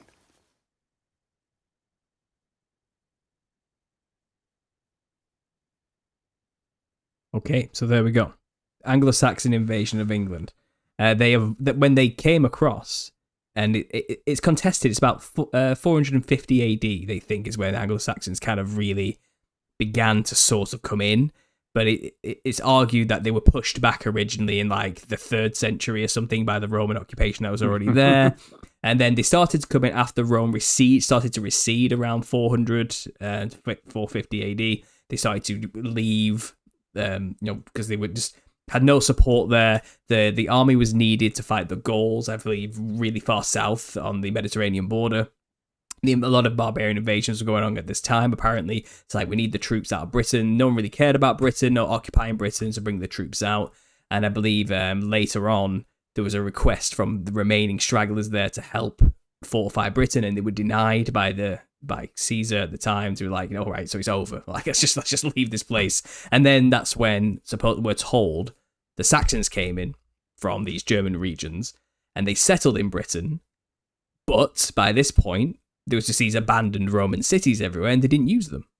We're told they just didn't use them. They just built their own brand new places. In other words, just avoided all the Roman cities completely, because there's no evidence in the dig of them occupying these places, of them bringing Anglo-Saxon German ingenuity and agriculture to Roman lands.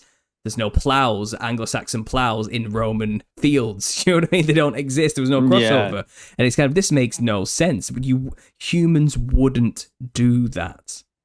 Like, and he was talking about Alfred the Great, one of these early first kings of Anglo-Saxon, having his city of Winchester dated and built in the 9th century. There's no evidence it was built in the 9th century, but perhaps it was built far earlier, is what we're saying here. And it is his city to that time, because the city that we do find has 1st century mosaics in them. This guy, why would I have that? Why would you have that in the 9th century if that's where you're dating Alfred the Great to?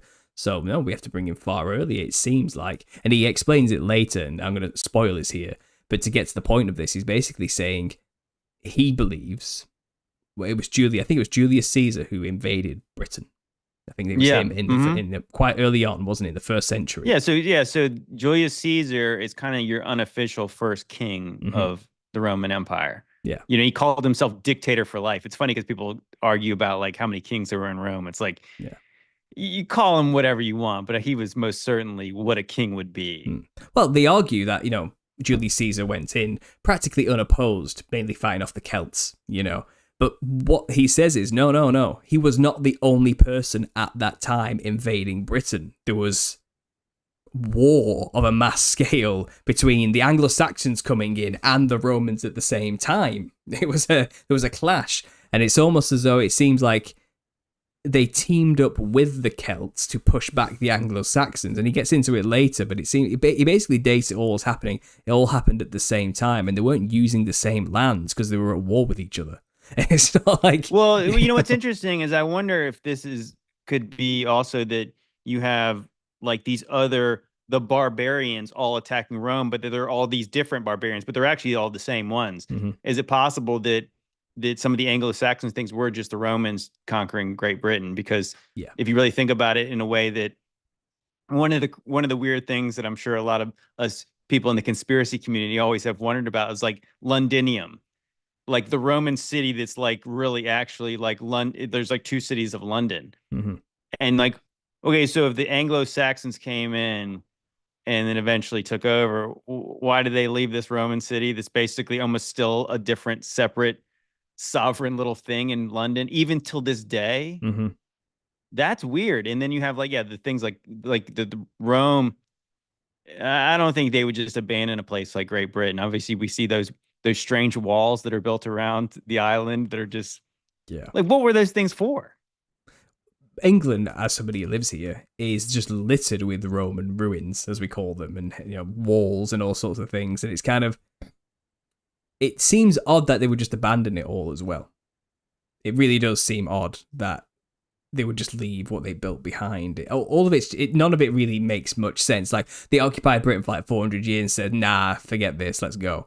That's basically what we're told the history is. It's like, it's not worth it. It's too cold. No one likes us here. It's a drain on resources. Let's just go back where it's warm to the Mediterranean. That's basically our history in Rome. You know, that basically sums up almost all of history. Is it doesn't make sense. You know, and it's like people say, like lots of people, I'm sure people like you and I were probably really bored in school when you were in history class. Because history, you know, because it's a lie. It's all made up. It makes no sense. Mm-hmm. So it's hard to even follow like what's happening, and like it's so disconnected. And I think that, and obviously these are good reasons why, like, it does not make sense. No. Let's carry on. He gets into the Vikings now, which is where you wanted to get to. This is going to be really good. Yeah, I'm going to click play on now. We move to Ireland. Ireland is perplexing because it has this very famous and well-known Celtic patterning art. And you see here 2nd century triscale patterns on a bowl. And then you here see the same, more or less the same patterns in the Book of Kelts some 700 years later. And the archaeologists again wonder that the 5th to 7th centuries in Ireland were a continuation of the 1st century BC. So the 6th century is 700 years after the 1st century BCE, of course, and there's nothing in between. And then, after nothing in between for some 700 years, the culture is, or at least the art decorations are the same. And if we look at this in a more table-like way, you can see Latin settlements and the Celtic triscale style. And then you have from 200 BCE to 300 CE no buildings. And then in the 8th century you have settlements again, and you have the same triscale style again. We move to the Viking period. You remember that the catastrophe of the 10th century wipes out these territories here, all over Poland. You go to Bulgaria and you move on down to Mesopotamia. What is the most striking feature of the Vikings? They are considered to have been the most daring seafarers in the history of mankind. But today we believe that these great sailors did not have the square sail from the year 100 to around the year 700. Everybody else, so this is a Roman ship with the square sail of the 1st century or the 4th century, the antiquity or late antiquity, of course they are the same because these two periods are in chronology like this, but in stratigraphy like this. The Vikings come later with similar ships. These are war galleys and these are transport ships. This is a 2nd century Roman ship and this is a 9th, 10th century Viking merchant vessel. They look very much the same. The same with coins. The Vikings loved their ships and they put them on their coins as much as the Romans on the upper line would show their sailing ships on the coins. And the most puzzling question of the Vikings or the Scandinavians losing the art of sailing is that in the 1st century, Strabo, for example, and even earlier Caesar, they mentioned their ships and the sails. So Strabo even said that they set sail for home, Denmark in this case.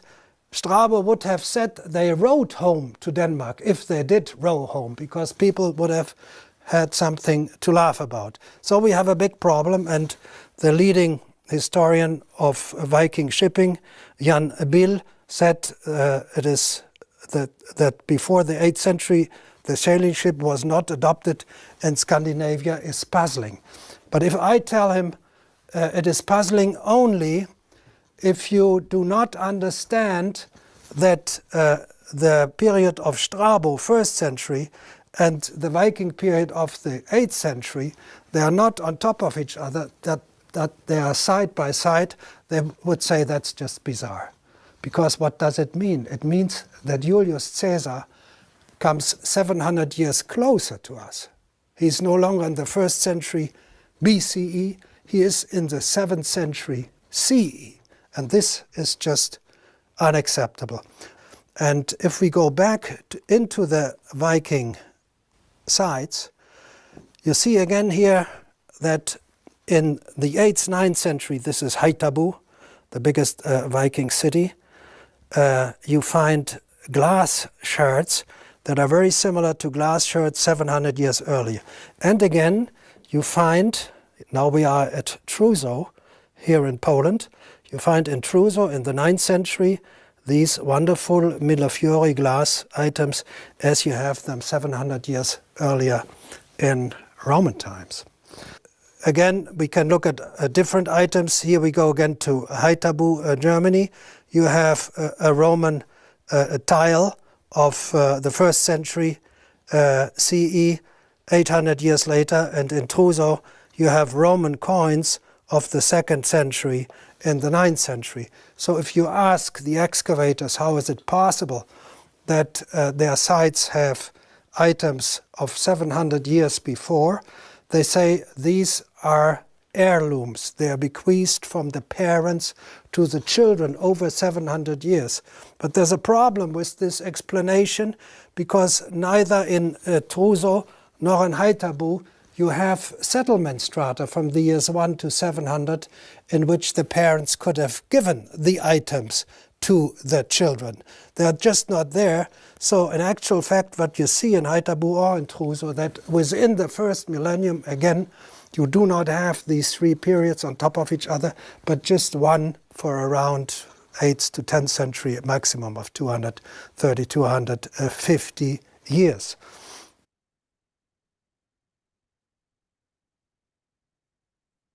Okay, so we're back. I'll let you go. I took some notes. I'll remind you of some things, but I'll let you go. Okay, yeah. Now that is what I'm talking about right there. Now that is pretty unbelievable, because the ships. Okay, so what I found most interesting about this was that we have a story in America about Christopher Columbus sailing in 1492. And I clowned on that on Columbus Day in America.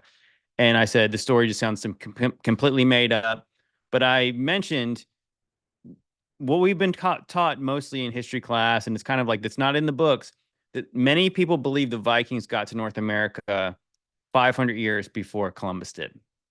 Now it's widely accepted by historians that they did, like Leif Erikson and those. And if it makes sense, because obviously if you look on a map, you can jump from Northern Europe, Iceland, Greenland, and then before you know it, you're in Canada and you're in North America. Okay, now consider this. The ships, the Roman ships and the Viking ships are the same. Mm-hmm. I mean, for all I know are the Vikings, I mean, I don't want to speak too much, but like, are the Vikings the Romans? Like, you know what I mean? They would be under Roman rule. So, you know, wouldn't they technically kind of be Romans at that point? Well, like I said, the saying here, you know, the square sail. They're on coins from the first century. The coins, the sails, the artwork, the glass is all the same. First century. Now think about this. So I clowned on my one video saying, so what did the Vikings do when they got to America 500 years before Columbus did? Well, we're told nothing. But if they had the same coins, they had the same ships, they had the same glassware, what if they had the same architectural style? Mm-hmm. And if they got to America 500 years before Columbus did, what if they built buildings? What would they look like? Would they look like Washington, D.C.? Well, Roman Basilica style, first century style. What if you saw all those the Greco-Roman style all around America that's all mud flooded? What if they built those buildings then? Mm-hmm. And then you had the same cataclysm that hit Europe and the Middle East and China and South America hit North America. And that's why that certain style is always, you know, got this mud flooded style. They got the weird basements, all the weird stuff around there. Mm-hmm. I'm like, that to me is like, okay, now we're putting like the real big pieces of the puzzle together. Like what's up with America and the timeline of America making no sense. It always made no sense to me that the Romans would be so advanced in certain kinds of way, and they would have no idea about places like North America, and then they couldn't sail places across the ocean. So it's almost no way. It's almost like what we're saying here. And again, we're all just speculating here based on what we're discovering today. But to summarize kind of what you're saying here, and correct me if I'm wrong, it's that what we call Viking culture is just basically the Scandinavian flavor of Roman civilization. And we've separated them from Roman civilization and acted as though they're completely different. But they also have a pantheistic religion like the Romans do, just with different names for the similar style gods. You know, they have their own thunder god, Odin, no different from Zeus or Jupiter. Or, you know, we go by many names, you know, and it's kind of, they just go across and settle across the Atlantic, you know.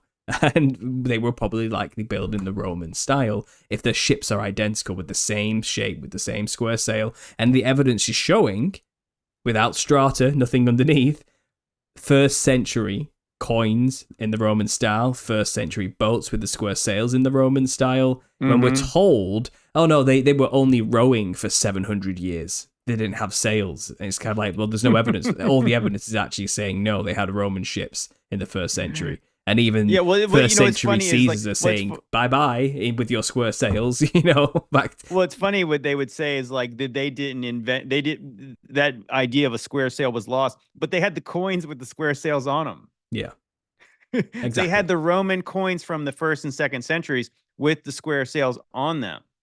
So it's like don't you think somebody said, hey, what about this design on this old coin? You know, I mean, even if that was true, obviously somebody would have said they never would have lost the idea of how to sail when it's depicted in all kinds of artwork, including the coin, the currency that everyone passes back and forth all the time. It's almost like the people who made this chronology, the lie, were just hoping no one would bother to look at the coins. It's kind of one of these things where like a lot of things can be veiled to us, and once you see it, you're like, oh my gosh, this makes so much more sense than what we've been taught. But also even thinking about like I think even what I was trying to go back to about the Anglo-Saxons, it's like, so you had this foreign army invading at a certain time.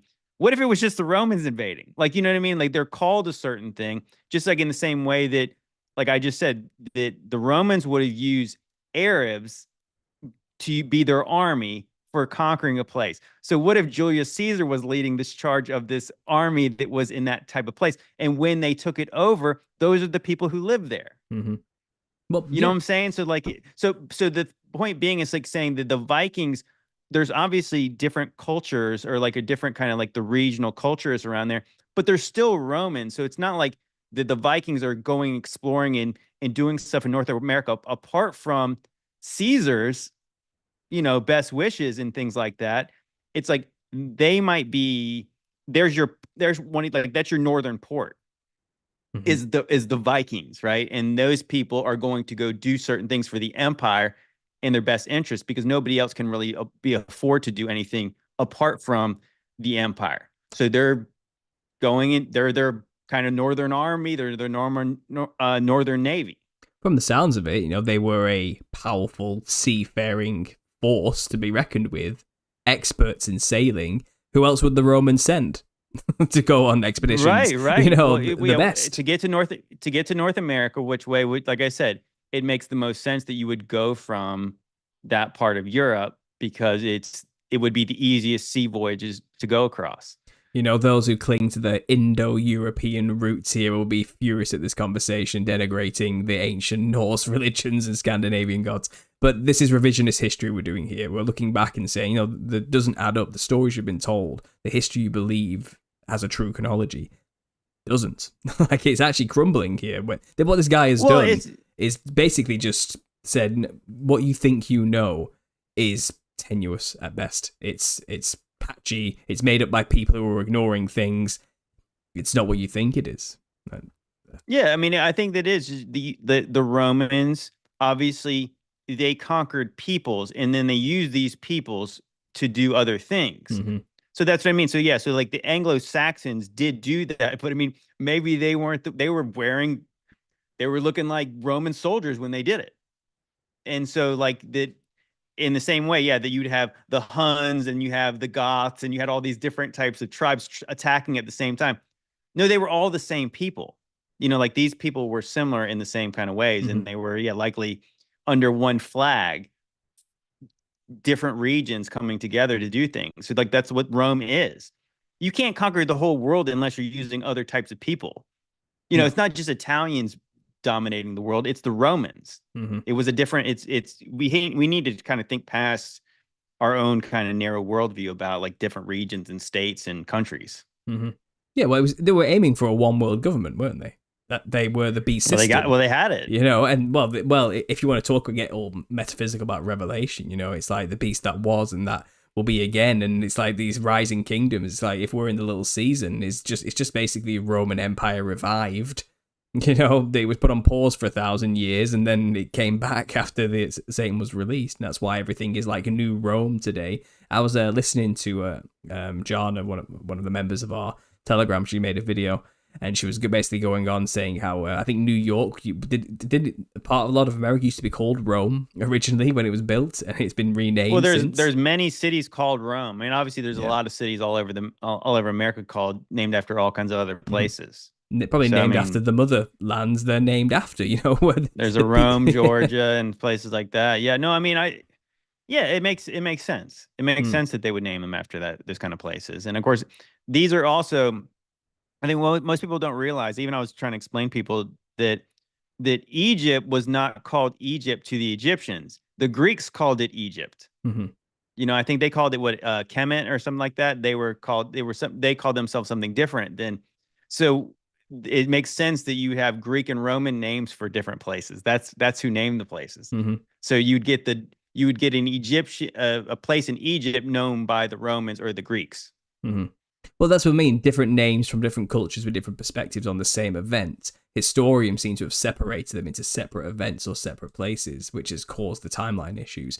And again, this guy is just destroying it, basically saying, no, the strata doesn't prove that. They're all next to each other. They're not under each other. It's very simple. Mhm. It's like saying it's actually very simple. Why are we putting 700 years here? Like it's just very German matter of a fact. You are wrong. It's quite clear. There's no strata. Why are we making up 700 years? It's just somebody pointed out in the chat that DC used to be called Rome, and that's true. Exactly. I mean, it's the District of Columbia. Yeah. Let's carry on. Let's keep going because it gets deeper. Let's just keep going. I'll press play now. We move to the Arabs. A brief word about the Arabs. We have about Arab civilization a very strange view. They have a dark side and a bright side. What is the dark side? For the first 700 years of the first millennium, they do not write philosophical or astronomical or poetry texts. They do not issue coins. Before Christ, they do exactly that. And the tribes, the Arab tribes we know after the time of Muhammad, are known 700 years earlier in the time around Christ. So we wonder, why do they not write? Why do they not issue coins? Why do they look absolutely retarded when there were legions of experts around who could have taught them everything? But then after around 700 comes the bright side of the Arabs. When there's nobody left to teach them anything, because the Western Empire is gone, the Eastern Empire is gone, at that time exactly, they perfectly reenact and recreate Roman culture. I begin with glassware. This is a Roman vase found in Cologne. This is a glass shard from the 9th century found in Samarra. And we go to Millefiori glass bowl. This is a Roman glass bowl of the 1st century. This is an Islamic glass bowl of the 8th, 9th century, some 700 years later. Down to the chemical composition, it's the same material. This is the site we are looking at, Samarra. You can see 58 square kilometers, 6,300 building. It disappeared at the beginning of the 10th century under glass. It's the largest archaeological site in the world. Nobody understands why it could disappear under glass, but the culture has Roman arenas. If you ever visit a Roman arena, the basement of a Roman arena, you will immediately recognize that even the Roman arena is recreated. The Roman wall painting, this is a wall painting from Bosco Reale in the Gulf of Naples, and this is 700 years later a wall painting in Damascus. And the art historians, they're really surprised. The famous 8th century frescoes resort to ancient motifs, show parallels with the motifs of the 1st century frescoes in Pompeii and Bosco Reale 700 years earlier. This is a palace from a wall painting from a palace in Jordan, and it's called the Desert Castle. And the painting, as you can see, a unique painting embellishing the hot room of the bath complex, shows ancient Greek influence after this ancient Greek Hellenistic culture has disappeared for some 700 years. And further down, it's indigenous Hellenism that is local, not alien. So 700, 800 years after Hellenism, they go back to Hellenism. If you go look at the ground plans of their large compounds, it is said that they are recalling earlier Roman cities of the 1st, 2nd centuries, 700 years earlier. If you look at the peculiar arches, they look like Hellenistic arches 700 years earlier. And again, if you ask the experts, what do you have in these wonderful cities from 1 to 700? Do you have strata from which they could have taken models they imitated 700 years later? No, there is nothing. These are 1st century Arab structures, and these are 8th century Arab structures, and there are no Arab structures like this in between.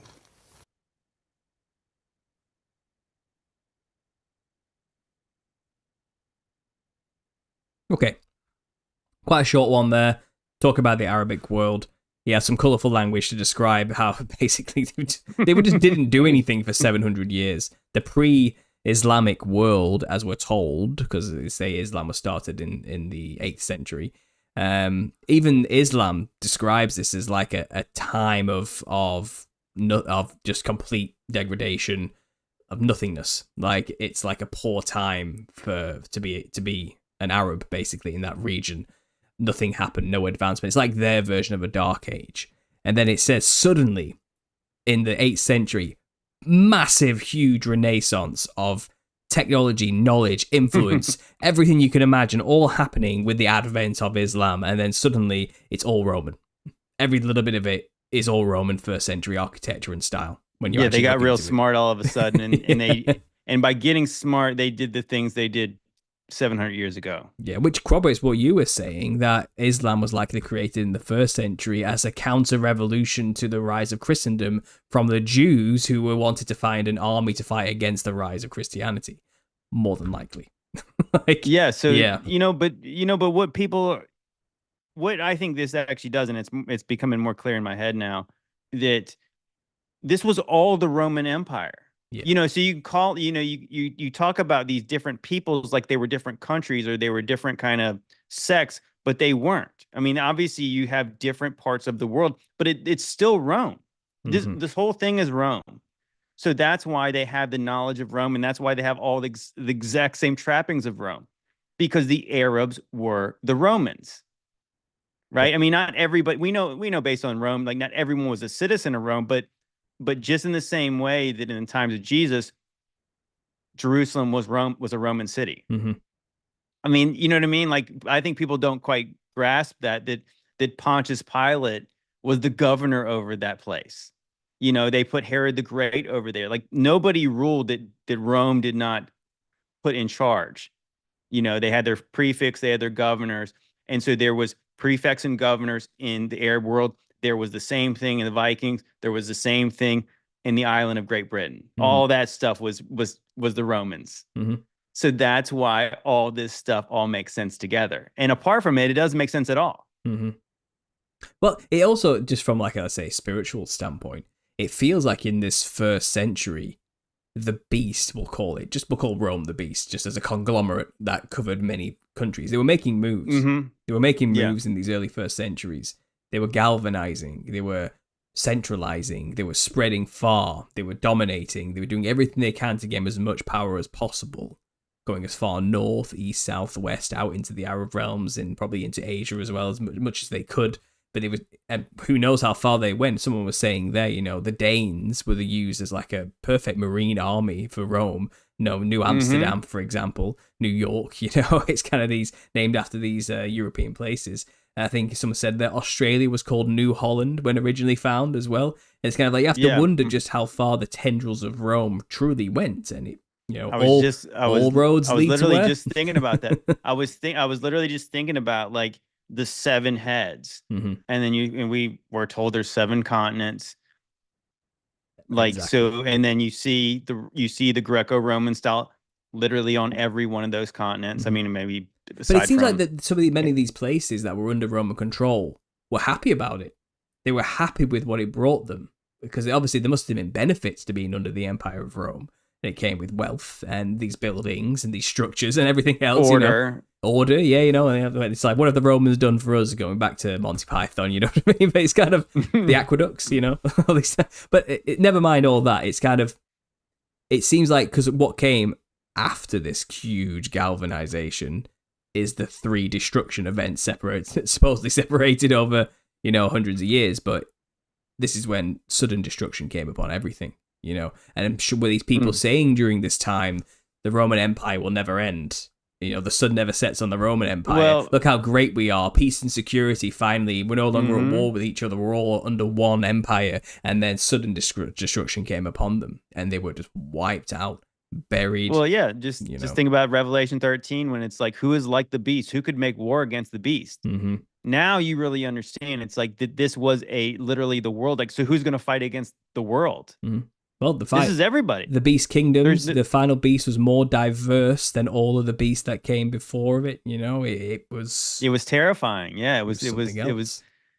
Yeah, it's interesting even the way they call like the different ages in the Iron Age. So like this is like the Iron Age when this stuff is happening, and you're like, okay, this actually makes history so much more interesting and it makes so much more sense. And we're going to get into now what came after this, because he's talking about now all these cultures everywhere were all Roman in the 1st century and up into the 9th century, supposedly. But let's just remove 700 years. They were all... But the time in the middle, they were really dumb. Everybody got really stupid for a little bit. Yeah. And there's no evidence there was even time in the middle if you look under the ground. There was just this time where all this was happening, and it looks like... I don't know if we really mentioned that clear enough if you guys picked up in the video.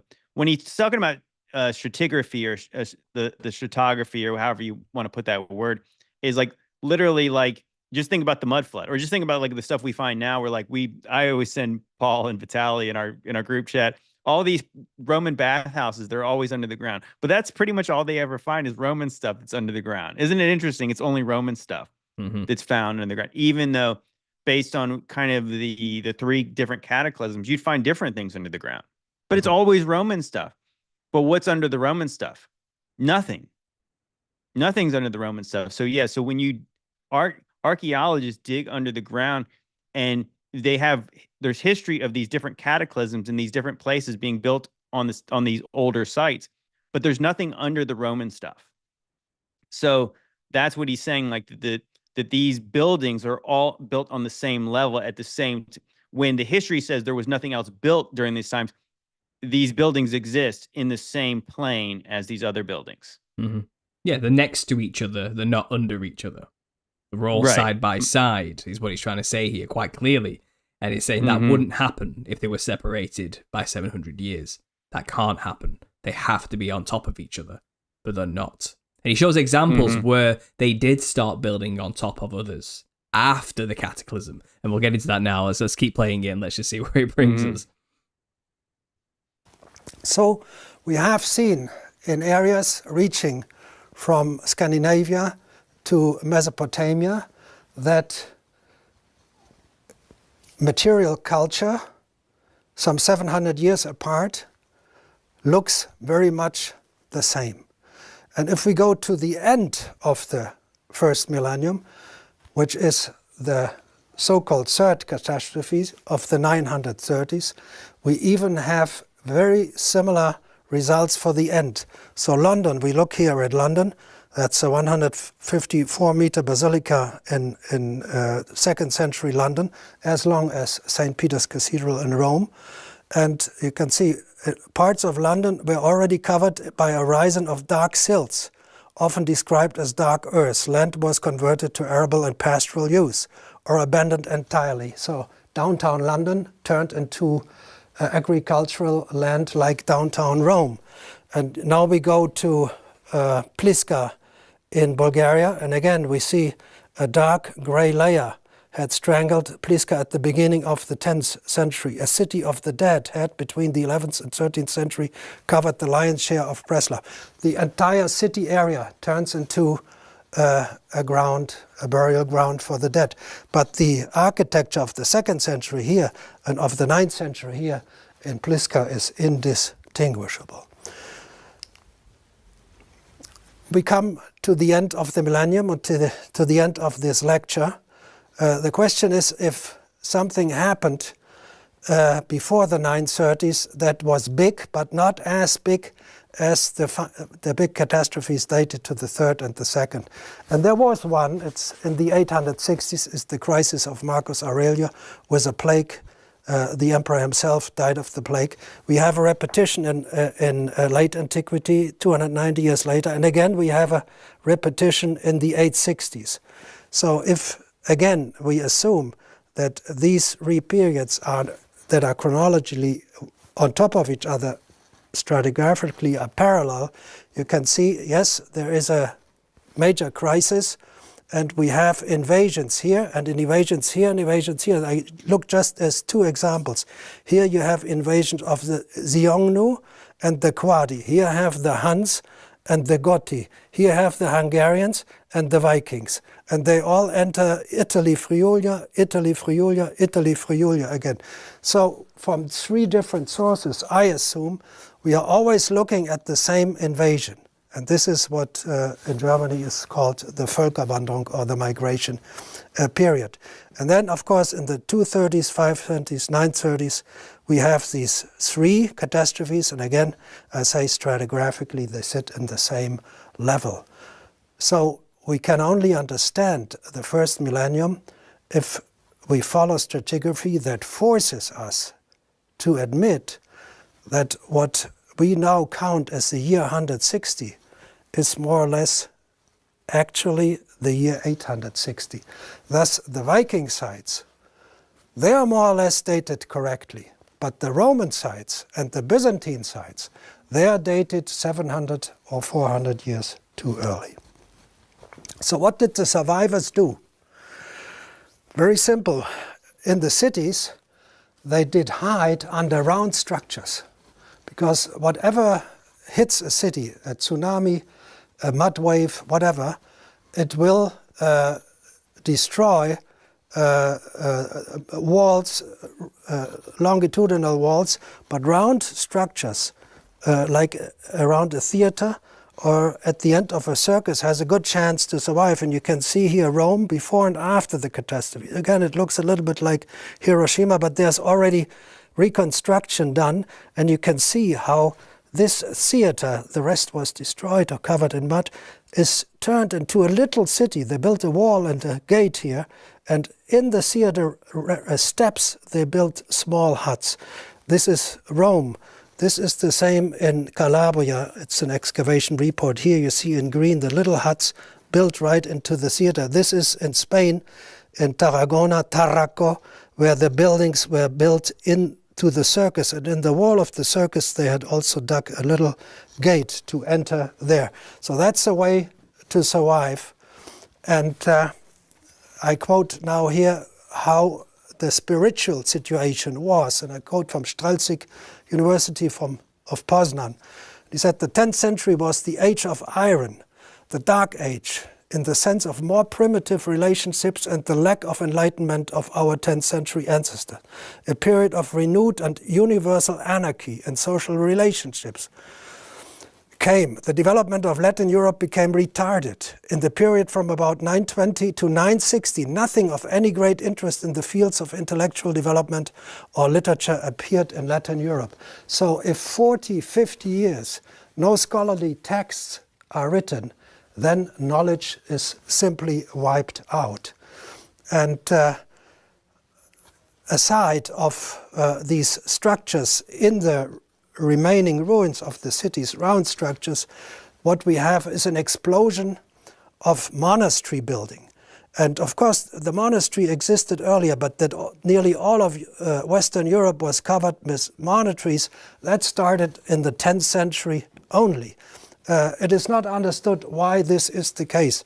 And my explanation is a pretty simple one. Remember, there are no written sources for this 10th century catastrophe, and I think we have to look at the sources that exist for the 3rd century and for the 6th century, because these 3 catastrophes are side by side. And there we learn that the population losses could run up to 90%, maybe average 40, 50%. So you had survivors, but you no longer had functioning entities, social entities. You had rich and poor. You had slaves and masters. You had pagans and Christians.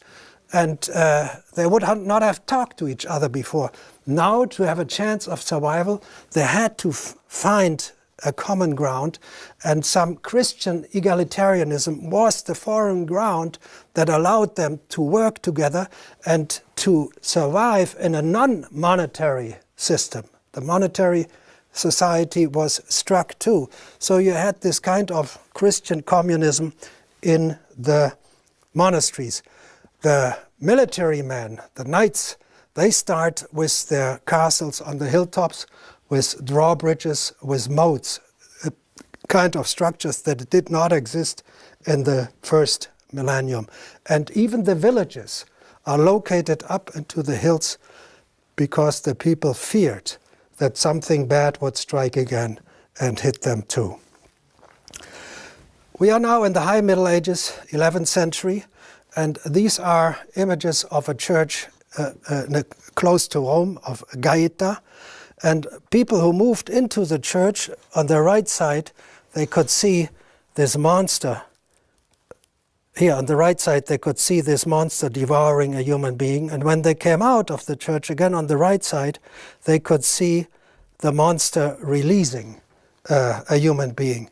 So it is the imagery, for example, of Jonah and the whale that was used to remind the faithful of what they had gone through and what might happen again if they are not faithful.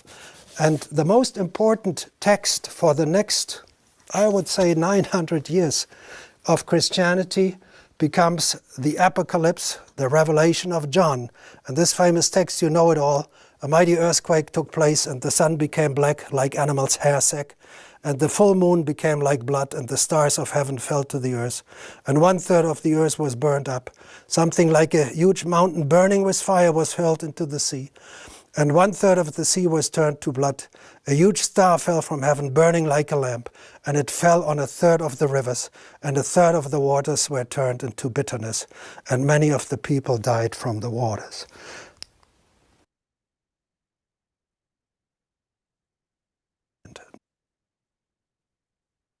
Okay, so there we go. That one was intense. A lot of information there.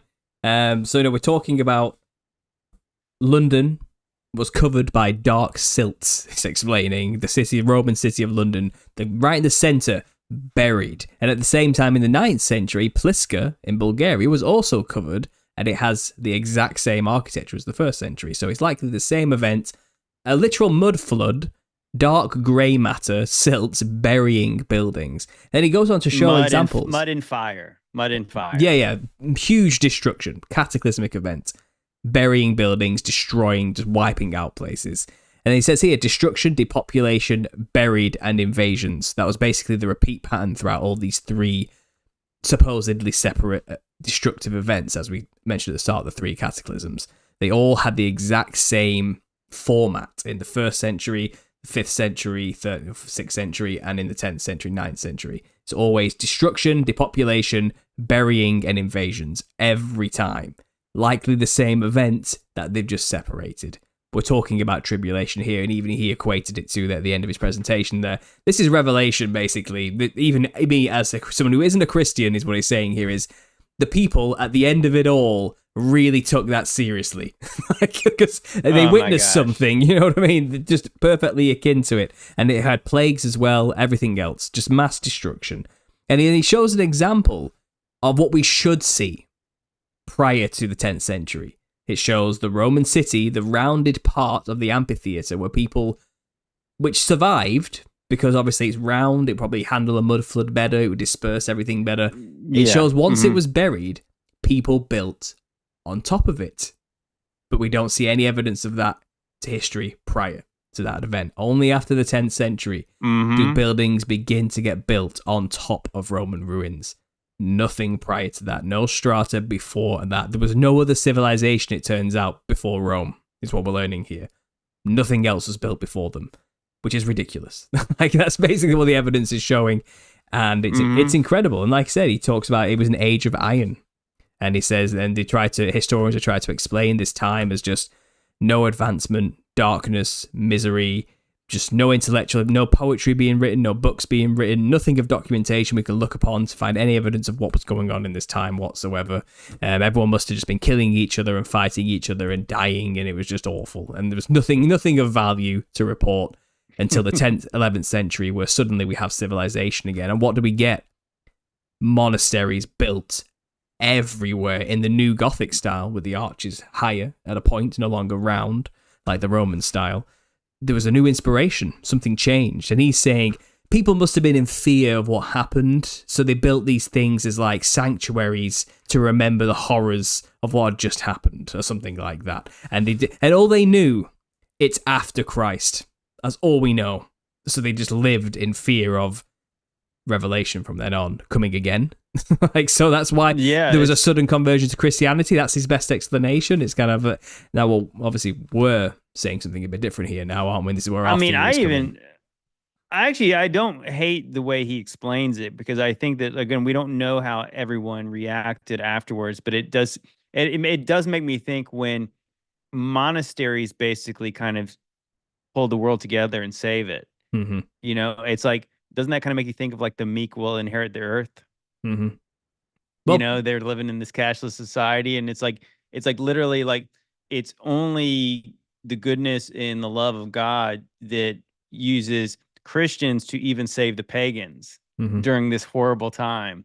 well, of like people just trying wandering to around, after utter destruction. after the apocalypse. Yeah. You know, it's absolutely insane, but this makes all the sense in the world to me. It makes sense that, like, so I'm even saying at this point where I might not even attribute all of the timeline nonsense to nefarious acts of the devil. Mm. It's almost like where you could think like you have a small remnant that survives this apocalypse, and then maybe the next generation would have no clue where they're at in the timeline. So they would, hey, what's described sounds a lot like this book. And they say that's about 1,000 years. So the only thing they know is it's been 1,000, the only thing they really know is it's after Christ. Mhm. And so then they would go back 1,000 years and they would say, well, 1,000 years ago was year one. So we're living in around year 1,000. And then they would just move forward. And obviously they would go about their lives. And they said it's only later that there was an attempt to fill in the history Mhm. of the 1,000 years. You know what I mean? Like, it actually makes sense in the way that not everyone is trying intentionally working for the devil to try to distort history. It's literally like the world's worst act, the world's worst time it just happened. And it reminds me of, like, I was told to watch that movie, The Book of Eli. And if you guys have watched on my channel, I said that movie sucked. Yeah. But it was interesting in a certain way that there's one Bible left on earth, right? And one man's trying to use the Bible to control people. And the one thing the reason I say it sucked is because the twist was dumb. But I thought it would be a really good message if the one guy was trying to free everyone during a horrible time. But you could imagine if during the times of like a movie like that, you're in the post-apocalyptic age, the next generation of people who did not witness the apocalypse would start to read the book, and they would say, where are we in this timeline? Because obviously we all believe this happened now. Yeah. And yeah, it makes sense that you would say, well, the book of Revelation happened, so we know that Jesus must have been a long time ago. Mhm. Right? Because it was nothing like this, and nothing like this is described until this book that mentions 1,000 years and mentions other things afterwards. And people would say, well, this makes sense to me. It seems like he conflates the 1,000-year reign of Christ as coming before Armageddon, but Armageddon happens before the 1,000 years. And then after the 1,000 years is the little season where there's the Gog-Magog war. It seems like he's confused Armageddon with the Gog-Magog war, and then seen the 1,000-year gap between the two and thought, okay, so that's why they put it first century 1,000 years ago. But when we read the book, we don't see that. There's a specific timeline of events, and Armageddon happens at the end of the tribulation, and it lasts about 3.5 years. I agree. I think that's what people need to understand is like that we obviously don't agree with him on everything he says. No, I think his lack of understanding of the Bible, obviously, it's really hard to, for lots of people conflate Gog-Magog battle with Armageddon. Yeah. Even Christians, they're not sure about it either. So like, I can forgive him because it's the predominant view of Christianity even today. So he's just going off what he believes people believe, But what we're doing is saying that's wrong. Tribulation happens, and then there's 1,000 years of peace, or monasteries appearing out of nowhere, saving everybody and building a Christian nation where everyone knows who Christ is, or however you want to describe it. There's 1,000 years where the devil's locked up after destruction, where people can rebuild under Christ, as he is the king, he is the ruler.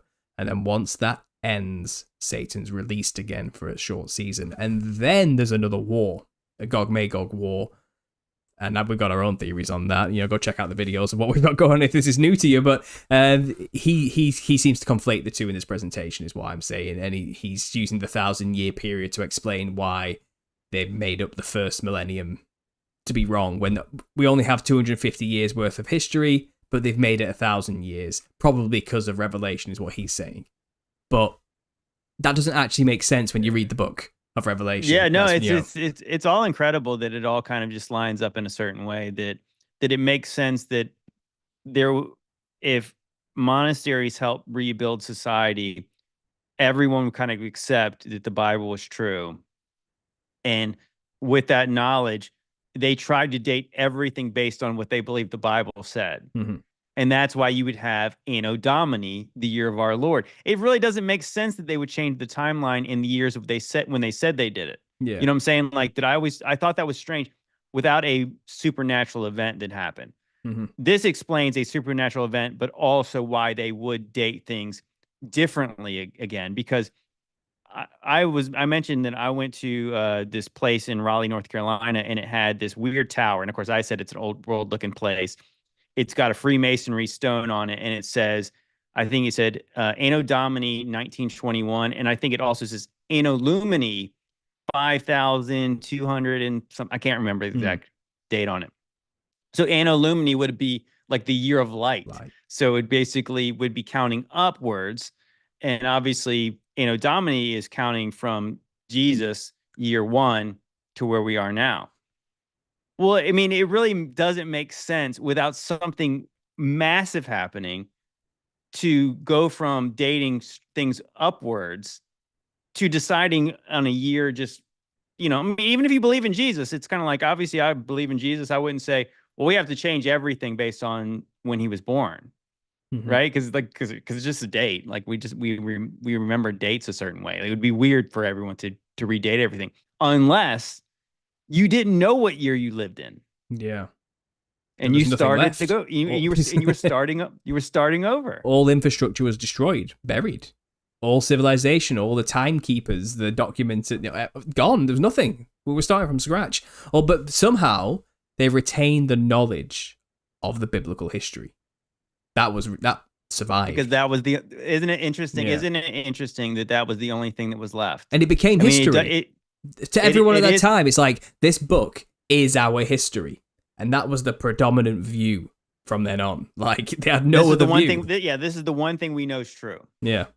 That's all they had. And I mean, it's like I said, I mean, is everybody else's not mind blown by this? Like, I think it's incredible. It makes so much sense that I get the chills just like thinking about this. It's fascinating. And it's just, we think we have it bad today. Yeah, exactly. We don't understand tribulation like these people that went through, from what we're describing, what we're seeing here, what happened. Like, we argue the making up tribulation today. They're making it seem like we're going through those times, or it's on the horizon, and they're manufacturing an illusory tribulation style events. And it's kind of, we don't know persecution and destruction like the people who went through these time periods we're talking about went through. Like, what happened to them is just utter annihilation and a full reset. That's the word that goes around in Tartaria, isn't it? Resets.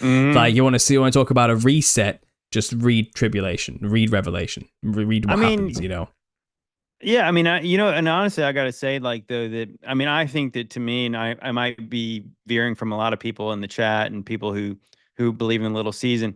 I believe that the millennial kingdom has always been a heavenly kingdom. Mm-hmm. I think this actually points more toward the advanced society that was in our recent past was Roman. Mm-hmm. It makes sense. It looks Roman. You know what I mean? Like, the most advanced looking buildings were our Greco-Roman style, correct? Yeah. It might speak more to the fact that the Romans were more advanced than we were told. Mm-hmm. They obviously had certain kinds of technology that we don't know about. And then, so if you think about it, if Armageddon happened and then the world reset to nothing, this actually makes sense that there was not a more advanced time after that. Mm-hmm. It was just, we have been picking up the pieces. And somebody just mentioned, so where did, like, the Native American Indians fit in this kind of the idea of the millennial reign. They really don't, but it makes sense in the way that if everyone got wiped out to basically zero, if they were in a place that was more desolate, then they might not have accumulated the knowledge based on the old knowledge to fall back on, or the places to live in. And they were more of a, a feral type people that lived on the land, because maybe like places like North America experience way worse things. Like, I mean, obviously I just was hiking out in Western America. It looks so scorched and just melted and just ruined. And if that's where a lot of them lived, yeah, then they would not have experience being able to dig out the best Roman things. Mm-hmm. Well, right? it's not even just Roman culture. I mean, who knows? Like I said, who knows how far Rome went? We look at ancient civilizations in, let's say, Hindu regions or places with Hindu influence, like Bali, and you go to like Papua New Guinea as well, and the archipelago north of Australia, and you have cannibalistic tribes living in those forests and in the mountains and the hills. They still paint themselves up white, wear red, weird-looking feathered headdresses, and carry around spears and bows and arrows, and they're eating each other, and they're just basically hunter-gatherer societies with an really odd sacrificial religion and belief system, very basic. But they're next to civilizations with ancient temples and amazing architecture and unbelievable things. It's kind of like, how did that happen? Did their culture not live side by side with amazing, advanced people who built the most beautiful, oddly designed, creative temples you've ever seen? Like, have you seen some of the temples that are ordained with Rakshasa, Nephilim demons, and dragons, and all these type of things that surround these nations? It's kind of like, how do they exist?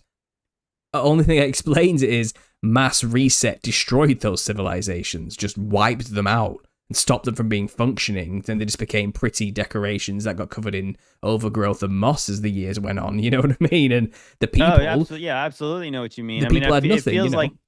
It feels like things got reset to zero, and if you had a more Christian culture in like the cradle of like kind of civilization in Europe, then those are the places that flourished after this time. More stuff to back engineer in Europe, because it was right. Well, I'm saying like Rome, when you think about it, so if you were closer to the Holy Land, or whatever you would call the Holy Land, or in Europe, where it was Christianized, because so obviously there's lots of proof that was Christianized. We don't really know so much about the different parts of like South America, and so much as like, well, actually there is evidence in South America, but like you'd say like maybe like in China and like India and places like that. So what if those places and certain parts of Africa, those places did not gain traction as quickly, and that's why the Europeans were quickly after the reset, they had a leg up because of the monasteries, because of the Christians the support through the thing, and the meek inheriting the earth and all that kind of stuff. I think it all makes sense. I think it makes perfect sense. In terms of timings as well now, and we'll carry on with the thing in a minute, but obviously we're talking about 8th, 9th, 10th century, so we're talking 700s, 800s, 900s, roughly, give or take, is really the first century. Those years don't actually exist. Jesus, based on this kind of timeline, Jesus would have been crucified in like 833. So let's go, because the second millennium, we do kind of have historical records of the advancement of people from that point, from the monasteries onwards. There's not much, I don't think there is much timeline manipulation there as much as we think there is, but there will be. There will still be issues with it, lies, cover-ups and so forth, and different name issues. Right. But what we're talking about here is 1,000 years from 800 to 1800s. And it seems like the 1800s is when it was all hip and happening with the secret societies popping up and the takeover and everything like that. Is that, you know what? That's actually a really good point, because we always comment that the 19th century is the goofiest century. It's like it's everything said to happen, then it's all the weird stuff's happening. So if you think about it, and this is how I believe the millennial reign is. I believe that it has something to do with, obviously, once Jesus took the right hand of the Father, he returned in the century that he said he was going to. And so the kingdom was established then. So you have this 1,000 years where the devil's bound. The Christianity obviously makes sense in this view too, because Christianity spread right away, including to the Roman emperors like Constantine. Whether you say he was a great Christian or not. I don't think that that's so much like we're not going to judge that guy based on that. The point being is like people converted. So that to me makes it seem very clearly like the devil was bound. So he was not allowed to deceive all these people. These people, paganism was being eliminated around the whole empire. Mm-hmm. And then the end came. And then after the end came, there was a reset. And then you get, 1,000 years after Jesus, that's when everything goes crazy. And that's when everyone's lying about everything. Mm-hmm. Yeah. So it really is the year like 1-3 something since Christ. That's what we're saying here, basically. It's not the year 2024 since Christ. The first century is the 8th century. They are the same time. Remove that time is what we're saying here. It doesn't exist. It never existed. They're all describing the exact same events, and it's been separated and stretched out. But that would place us in the correct somebody time. just made a good comment. Go. Look, so he said 1776. Of course, a lot of people mentioned that would be like 1076. So then if you think about 70 AD. Yeah, then 6 years tribulation and the rest of you want to give that timeline as well. You kind of get into that kind of stuff, and it's like, we really are talking about like, all in right in the same range. But we need to start writing our dates now as 2 halves. So it's like, in 800 AD/70 AD, this happened, and then we can go on from there. And it's like, in like, was it in 1000 AD? Was it slash? You know what I mean? We need to do double timings now, so people understand what we're actually saying here. And this is where it gets convoluted and complicated. But I think we're kind of making it clearer today, aren't we? With this presentation, is helping us make it. Like clearer. I said, I thought I kind of was understanding it, but I think the more we watch it, the more I'm fleshing it out. I'm like, I really am getting a good view of what this means. Because people always say to us, "There's no evidence tribulations happened. We'd know about it." It's kind of like there is. There's plenty of evidence, actually. And that's why you don't know about it. Yeah, exactly. You know what I mean? Yeah. Isn't that funny? It's like, it's exactly the opposite of what they would say. It's like, well, people would have wrote about it. It's like, everything was burned up. Everything was covered in mud. No, they would not. Yes, they would have wrote about it if they had survived. Well, they want a book. I would say, let's look at the strata instead, shall we? Like we've got a book. It's called the Book of Revelation, and the people who survived it said, "Yep, this happened." Mm-hmm. But they want the book to be written by somebody in the time with a timestamp date saying this is happening now, and it's all happened, and tribulation's happening now, and it's kind of people didn't think like that then.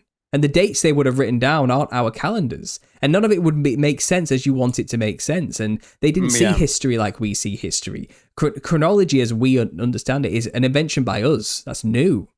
That's a very new concept for most people. Most people lived in a nebulous now, a constant now, with loose dates, and all they knew was it's after Christ type of thing, and they start dating from that point because that's all they know. It's people didn't see history like we see history, so there won't be that ace in the hole book that just tells it all. If you we have the Bible, but people don't want to take that, do they? That's not enough. That's not good enough. And it's kind of like, all right, well, let's look at the evidence with our eyes. Forget the book. Let's look at the archaeological evidence. Is there? It happened. You know what? I want to just I just want to say this, and obviously we have quite a few people in the chat right now. What do we got? How many? We got almost over 500. I'd like to just ask people at this point if there's people that are still doubters. You might doubt the timeline stuff a little bit still. I mean, I don't know how you can, but if you do, there is still a worldwide cataclysm. Like, so what do you do with your book that says all these things are going to happen soon, and it makes no mention of a world reset in the middle of that? Mm-hmm. You know what I'm saying? I feel like that's kind of like a game changer when you see that this is not. I think that a lot of people deny preterism in general because they say, oh, well, 70 AD is related to Jerusalem only. And then so it can't be that because Jesus is kind of describing something bigger than that. I mean, he's clearly describing the destruction of Jerusalem, but people have said, oh, it's the world, the end of the end of the age. This has to be something bigger than that. There's nothing bigger than what this is talking about. This is like literally a world being burned up and covered in mud, and then a reset back to monasteries, nursing society back to some kind of form of order. Mm-hmm. That sound like that I don't think you can look at that and say, well, that's not biblical. Completely Christ-centric order. Like that's pretty incredible. Well, it only makes sense in the way too that how did the world become Christian? You know, I mean, I think that I said I've tried to really wrestle with that, like without some kind of supernatural act of God, because it's kind of like that how much different are people than they used to be? Like that, if some people would say, "Oh, you believe a guy rose from the dead?" That's crazy. But people accepted it. You know, it's like some guy from this certain region that you're not from rose from the dead and he died for you. You're like, what? Mm-hmm. Who? What? Yeah. Unless you literally had the people who were saving everyone during this time were telling everyone this was true. And that's why people became Christians. Mm-hmm. And nobody would have any doubt that the world ended or changed, because you'd say, "Do you see that great building that's covered in mud, or that one place that's completely scorched? Read this." Yeah. And they would say, "I don't know how to read." And then they would say, "Well, I'll read it to you." You know what I'm saying? Like that's like the level of like what you're dealing with, because things really did get reset to almost nothing. Yeah, what's a book? It's that type of thing. Yeah. Right. Let's carry on with the presentation. But yeah, that was good. I'm going to press play now. Okay. So let's go back to the loss of knowledge. Here I show you celestial globes of 150 after Christ, of 150, 230 after Christ. So you can see from these instruments that the Romans were perfectly capable of watching and recording the movements in the sky. To do this, you need an atlas of the sky, and you need to know your position on the ground. You always need to know where you are, and then you can follow movements and record them. For this, you need these instruments. So the next time we see globes like this, we are in a period 600 years later in my chronology. That's a shorter one by 700 years, and 1,300 years later in mainstream chronology. You get an impression how far-reaching the catastrophe had struck. Here we see something even earlier from 70 BCE. That's the so-called mechanism of Antikythera, and it was an instrument for predicting astronomical positions, eclipses, and the cycles of the Olympic Games. So this is what you see in essence in the museum. I took the photo last month. And this is a reconstruction of this instrument, and it could show you the position of every planet, the sun and the moon in the sky. This is the kind of knowledge that we lost. And the loss of this knowledge brings me, or at least you, to the question, so how was a return to counting of the years managed? And I believe in a very simple one. I'm not in favor of falsification, of faking, of just creation out of the blue sky.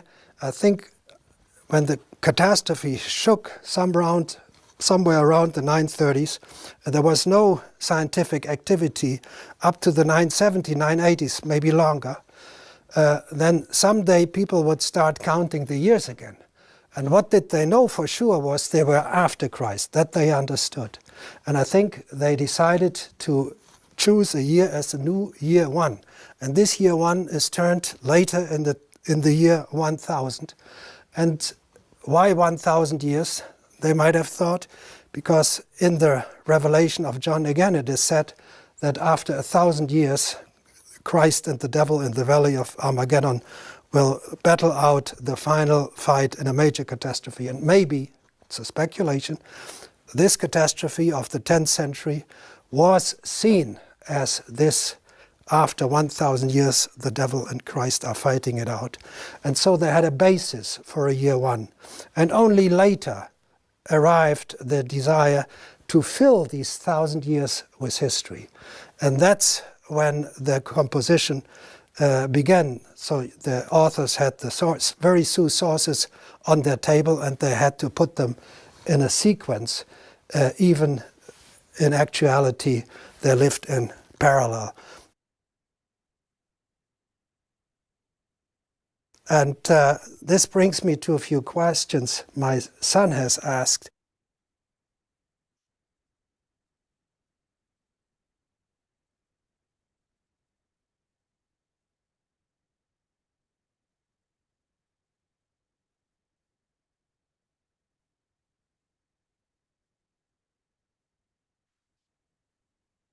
Yeah. Mm-hmm.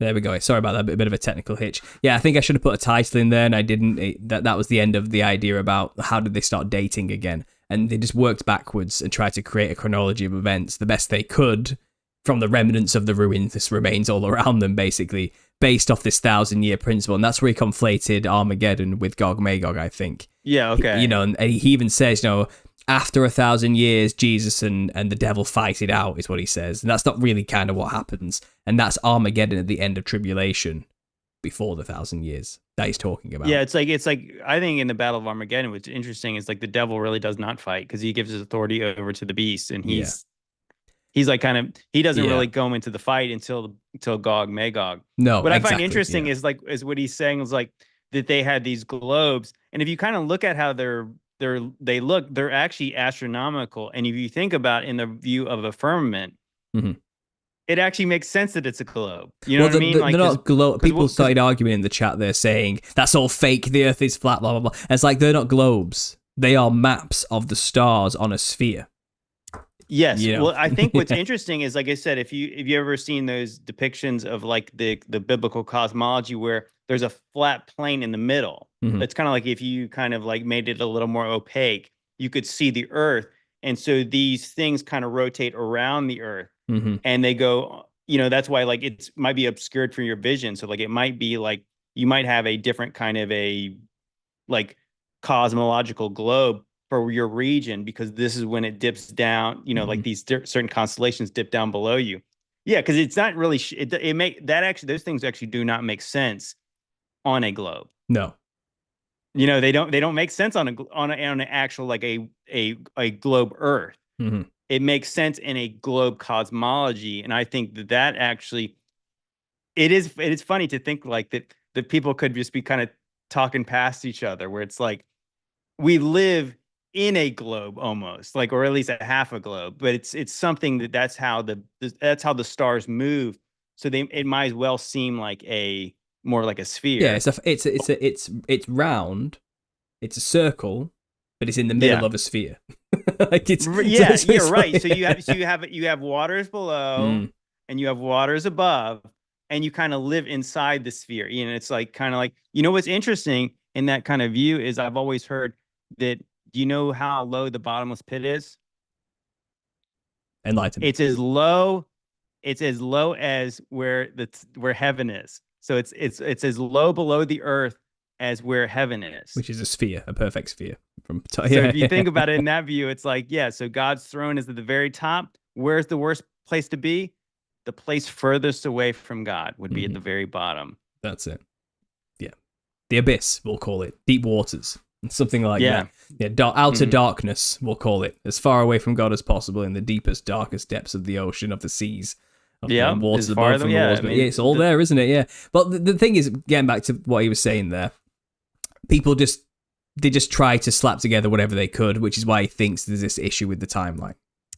Memory, whatever they had, people tried to make up a time, and it got lost throughout time, and then the new world kind of took over, the new Christ-centric world took over, and I think people didn't really care about history as much as like we do today in terms of chronologies and dating things, so it kind of just ended up with this. So that's kind of removes nefariousness from why our timeline's wrong, doesn't it, in a way?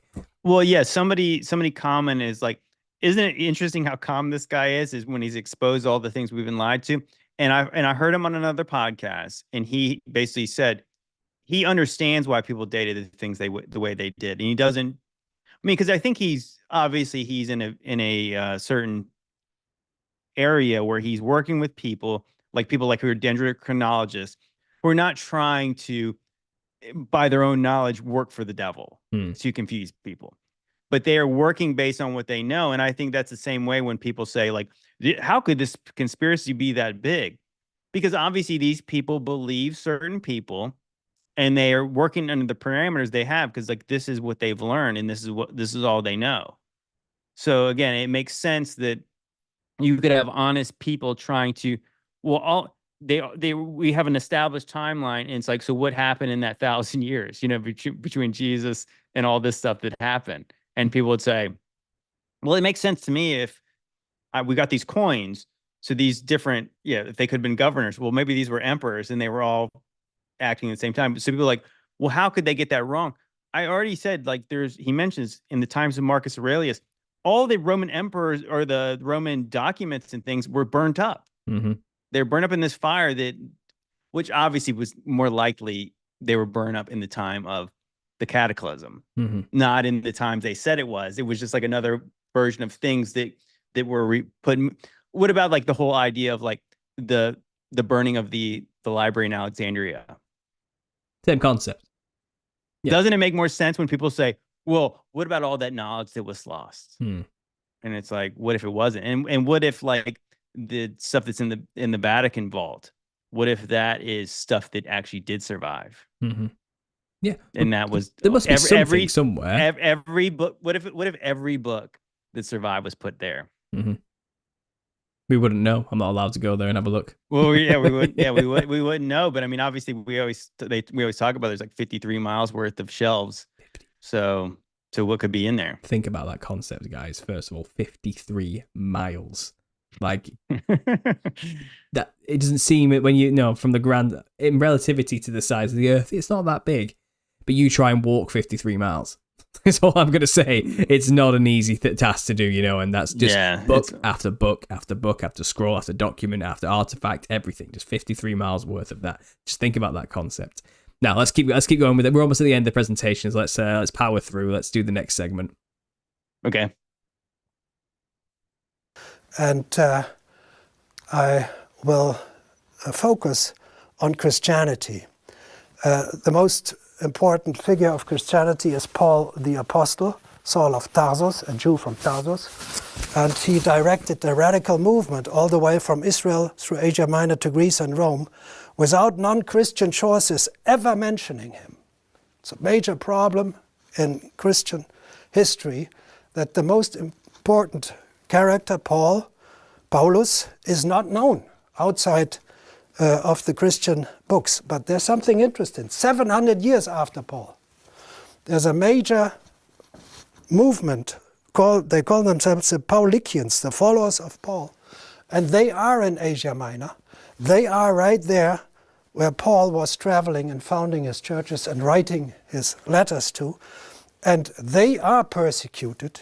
They are killed. So there was a movement following Paul. And what is interesting in this movement, in the 8th century, they are still not Trinitarians. They still only believe in God. They don't think that Jesus or the Holy Spirit are godlike. And that's the theology of Paul. Paul didn't believe in Trinity, so he did not consider Jesus as a God. He only considered God as a God. So we have here two very similar movements side by side, but now separated by several hundred years. And if you bring back the sources used to fill 1,000 years from the vertical into the horizontal, suddenly you get real stories, you get real narratives. So here is Paul, and here is this movement. Okay, we're back.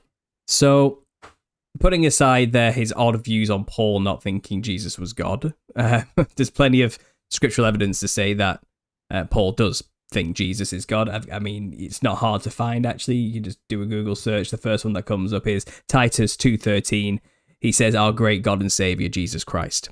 So in terms of like not being a Trinitarian and all this, I don't know what he's doing with that or where he's getting that from or why he's even saying anything like that. But I do think Paul did think Jesus was God and God was Jesus, and it's all one thing, one system. And I don't think any real Christian denies that in any way, so I don't know where he's getting that from. Well, I mean, a lot of people deny. Actually, it's funny. There's so many people who are like anti-Trinity stuff, and I don't think we wanted to. What this guy's views on the Trinity and what his views are that Paul had about the Trinity. That's neither here nor there. Not like for this presentation. Obviously, no. He was confused about when Armageddon and when Gog Magog is. He was confused about the millennial reign. Mm-hmm. Let's just put that aside. What he says about Paul at the beginning is true. Yeah. Because he's like that if Paul was this world traveler, that a lot of people believe that Paul made it as far as to Spain. I mean, who knows? He might have made it further than that. We actually don't really know.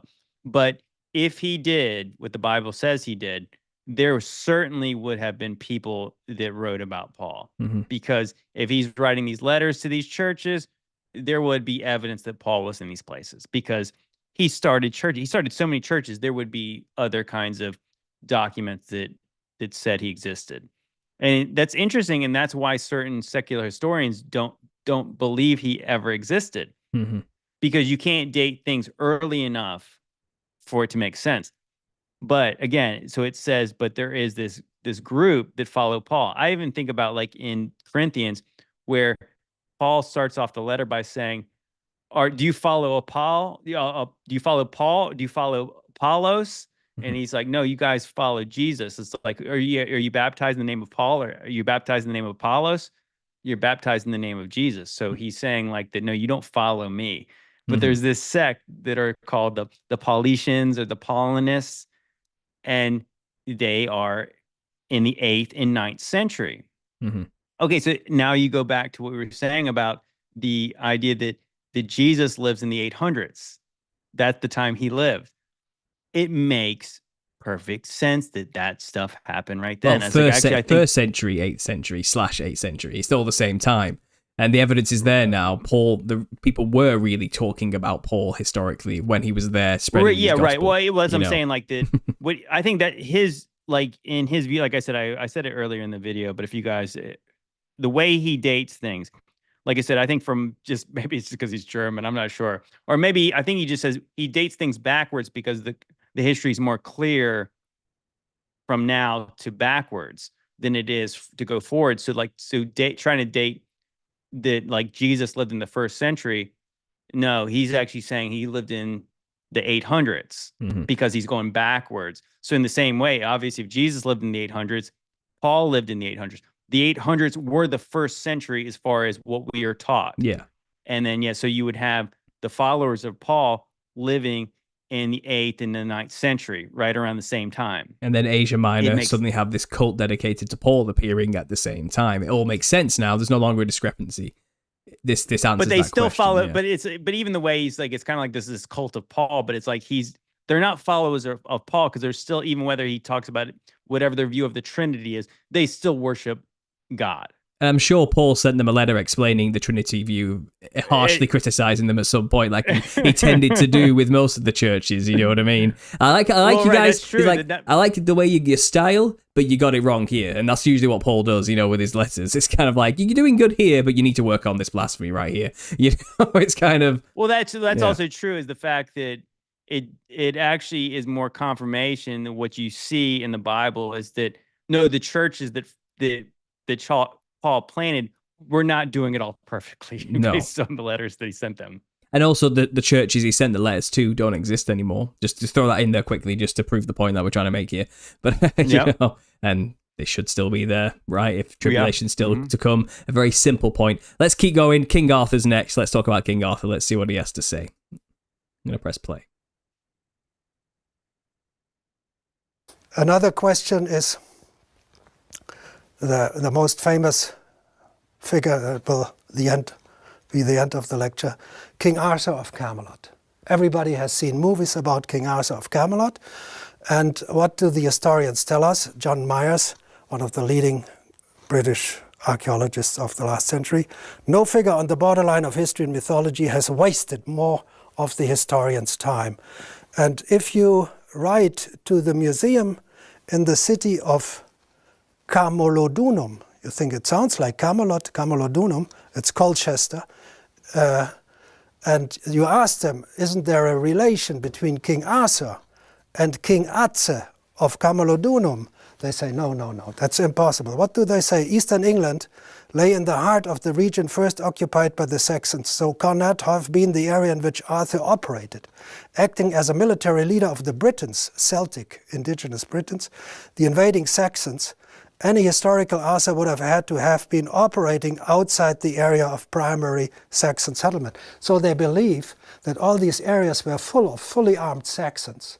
And so Arthur could not have operated there. But you remember in the lecture that in actual fact, there's nothing. There's not even agriculture for the Saxons from 400, 500 to 900. So Saxons were there.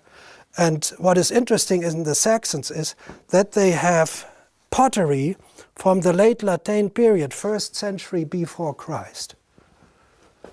And this is the period of Atzedomarus of Camulodunum. He lives in the 1st century BC, and he has this pottery and he has his coins. And here's the name in Greek on his coins, A-T-H-T-H, Atze. It's called Atze, Atze. So it's Atze of Camulodunum. And now that you understand, he shares the same pottery with the Saxons that are dated to the time of Arthur, but are actually some 700 years earlier. What happened? When Julius Caesar attacked the British Isles in the 1st century BCE, he was not alone in trying to conquer the British Isles. He was competing with the Germans from the areas of Hamburg, Bremen, Flensburg. They were much closer, they were much better equipped to take the islands than the British. So they were fighting each other, and the local people, the Celtic, the Britons, they were in between. And they made an alliance with the Romans to fight off the Saxons. Thus, when Arthur of Camelot, who is Atze of Camulodunum, was fighting in the 1st century BCE, he was defending his own land. The Saxons were trying to take it. They had not yet settled there. They were trying to take it. They took it. He lost the battle. There you go. So that was very interesting. Again, dating historical figures a lot further back in time than we were to understand. So we have King Arthur, this person who was obviously fighting in the 5th century, supposedly, but there's no evidence for that anywhere. But you have this King Utzer in the 1st century before Christ came around, who did team up with the localized people of Britain, the Celts, to fight off the Anglo-Saxons of the time. He was at war with these. So his new chronology makes sense of it. It says it was a mess of Romans, Anglo-Saxons, and the original Celts people there from this Latine culture, which dominated a lot of Europe prior to Christ. You know, it's still dominating in these British Isles. And, you know, King Arthur is likely just King Atze. And it wasn't from the 5th century, it was just the century before Christ. And that's incredible, like, when you think about it. And he explains it militarily of why this would have been happening as well. And fascinating stuff. What do you think about it? Well, like I said, I mean, to me, it makes sense. And I could be wrong about this because I really have not done a lot of research about this. But it makes sense that if he mentions these different tribes that he, basically equates to be the same tribe if you remove 700 years, that it's the Romans aren't attacking this place and some other places attacking at the same time. Do you think the Romans would not have conquered those people that were trying to take the island they're trying to take? Well, the Romans probably would have, yeah. I think that the Anglo-Saxons were the Romans' army. So Julius Caesar is leading a foreign army into Great Britain. They conscripted an army. And so when they conquered the island, those are the people that stayed. In the same way that if Jerusalem was conquered by Arabs, and then eventually, guess what? The Muslims have control of Jerusalem. How did that happen, I wonder? Because they were the people that dominated the city, and then they stayed there. Because the Romans were obviously used this army, and you think about it, like in the same way that we're kind of taught about how war goes, is these armies got the plunder after they did what the leaders wanted them to do. So what did they get? They got the places. So that gives those people lots of incentive to go fight for the emperor, doesn't it? Oh, yeah. If you go fight for me, you'll be able to take this place and I'll support you. And then so like yeah, so like the idea that I mean, it is kind of crazy to think that like that if we know that before basically we're told that Rome was like a full empire, Julius Caesar was not an emperor because they didn't have emperors then. So because it wasn't an empire.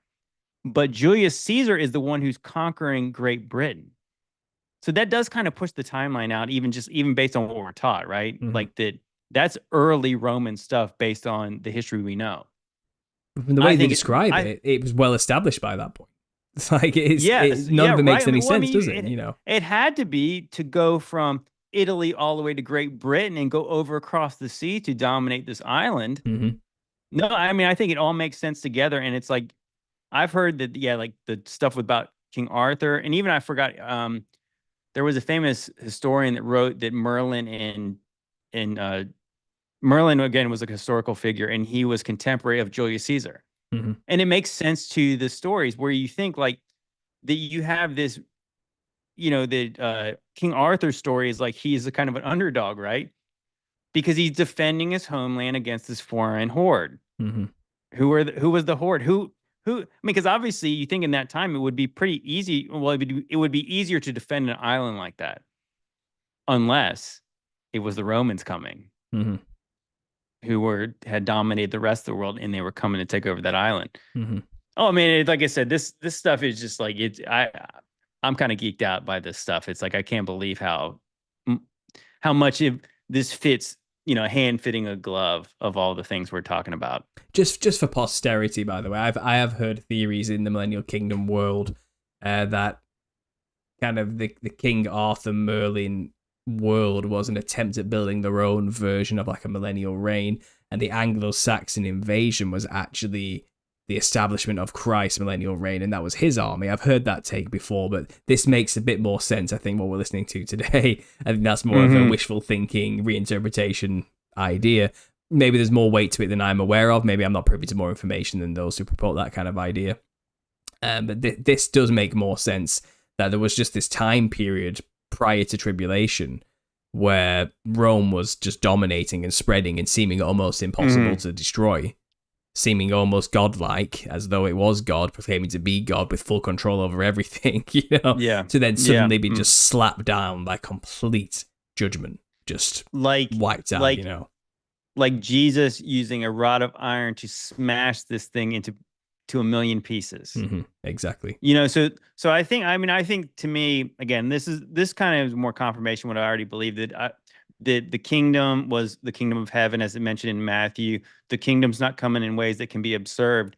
So when you have the Nebuchadnezzar statue, it's interesting, even they call it the Iron Age. So like you move the Romans up to that point, and now you're in the Iron Age. That's literally biblical. And it's probably because they were interpreting Iron Age a different way when the people who were writing the history the best they could, they called it the Iron Age because that's the age of iron and clay. That's the age when the Romans were in charge.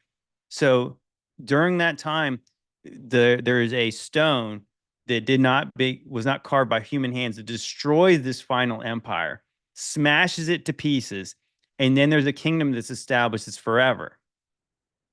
That happened. Okay, so now if you do believe that we're in the little season, and you believe that there was this physical kingdom, like the Tartarian build, you know, the Tartarian kind of thing, the old world thing, I honestly don't think it fits in this worldview. I think this is where makes most sense based on what we know, because this actually fits really well. So now if you believe that there was this earthly kingdom, you really have to believe that they just, not only did this happen, but they lied about another 1,000 years, because we just removed 700, but you're going to almost have to put 1,000 in there, because I think history actually makes more sense. So why did people go backwards? Because of this. And then as they built up again, so about 400 to 500 years after this, you had the Europeans coming back over to North America and starting over again. And I actually think that makes sense, doesn't it? I mean, I think that makes more sense. And you have a heavenly kingdom, you have earthly destruction, and then you have the meek inheriting the earth, and you have people, you know, like believing in God, and obviously accepting Jesus as the one true God, like obviously the God's son who was sent to us, and all the things that we believe, because they believed the one thing they knew was true was God's word, because it predicted all the things that just happened. I'm still open to the idea of literal resurrected saints being around at this time, helping establish all of this. I know you're getting a bit more spiritual about it, but I don't know. I guess it could have been. I think it's both. I think there may have been a physical and highly spiritual aspect to all this. I don't know if Jesus was walking around himself, or if he wasn't in the kingdom in heaven, or I don't know if New Jerusalem suddenly was visible at this time as well, which may have encouraged a lot more people to suddenly go, okay, let's what's this all about? And maybe there were people around to kind of there to induct people into the new way. In a way, it's like, I mean, it's certainly, I guess it's certainly, I would not rule out the possibility that the saints, the resurrected saints, had a hand in helping the people in the monasteries, helping the people get a foothold in like being able to do it again. Because obviously it sounds like rebuilding things after what just happened, I mean, is a monumental task. But it does make sense why history is so murky. It makes sense why there was the massive reset, and why that Romans did things that were incredible and then we can't do them again. And it makes sense why the best buildings in the whole world have a Roman style to them. Mm-hmm. Because it's like you actually made that point. I remember one of the first short season podcasts we talked about that. You said that it's almost in the same way, or maybe not almost in the same way, the exact same way that when God is telling the Israelites they're going to go into the promised land, and they're going to live in buildings they did not build. They're going to farm, they're going to drink wine from vineyards they did not plant. They're going to eat crops they did not plant. So like the meek inherited what was already there. Mm-hmm. And that's why you had a Christianized world afterwards that inherited what was already existing. It even says in, I think in Daniel, I can't remember the exact passage now. Actually, I made this point a lot clearer in previous podcasts. But it is explaining how the saints will be given the kingdom that was built by the 10 kings prior to tribulation. It's kind of like, it's like they'll have this, they'll have to, it says the judgment for the leaders of these places, Rome, basically. It's that they are given longevity, they are given long life to live through the millennial reign, to witness their kingdom being ruled by the saints, basically. That's their punishment. So you built this glorious civilization, someone else is going to rule it instead of you, and I'm going to make you live through it. You're going to have to live, and you have to see it all. Like, what we're going to do with what you built is going to be far greater than what you ever could do. And it's like the parable of the vineyards kind of there as well. You were given this glorious civilization, and you abused it. You abused it to the point where the master's come back and he's reclaimed his property and he's given it to these guys instead, and see what they can build. So it's all kind of meshes quite well with scripture, all of this, and like I said, I'm still open to the physical, mystical, magical aspect of literal saints walking around, churches established in their name, you know what I mean? Glorified people with normal people who just barely survived, and building glorious cathedrals with pure inspiration, can see the spiritual realms before the veil's put over New Jerusalem. They can see Jesus up there in Mount Zion in his kingdom. It's like, it's just this... I will not say that's not true, but I do think that if the people in the monasteries might have wrote about that. Well, how much can we trust the books would get to us? That's true. That's true. I mean, obviously, we could say, I guess it's that I would not. I mean, because I do think in large part we did grow up in a Christian world, and as we watch it deteriorate, but in still like there's still a lot of people who do believe in the truth and would have said something. Mm-hmm. What I do find interesting is that in that kind of view as well, that gosh, I completely just lost my train of thought. But yeah, like the sorry. I do get the point that compared to how things just were 100 years ago in terms of moral standards, we have fallen greatly from that standard, and the standards were way higher than that prior to that time. It seems like we hit a gold standard of morality, the God standard, and we have been slowly declining over the last 1,000 years into degradation to what we are today. So it does seem like something wonderful was established in a very earthly sense.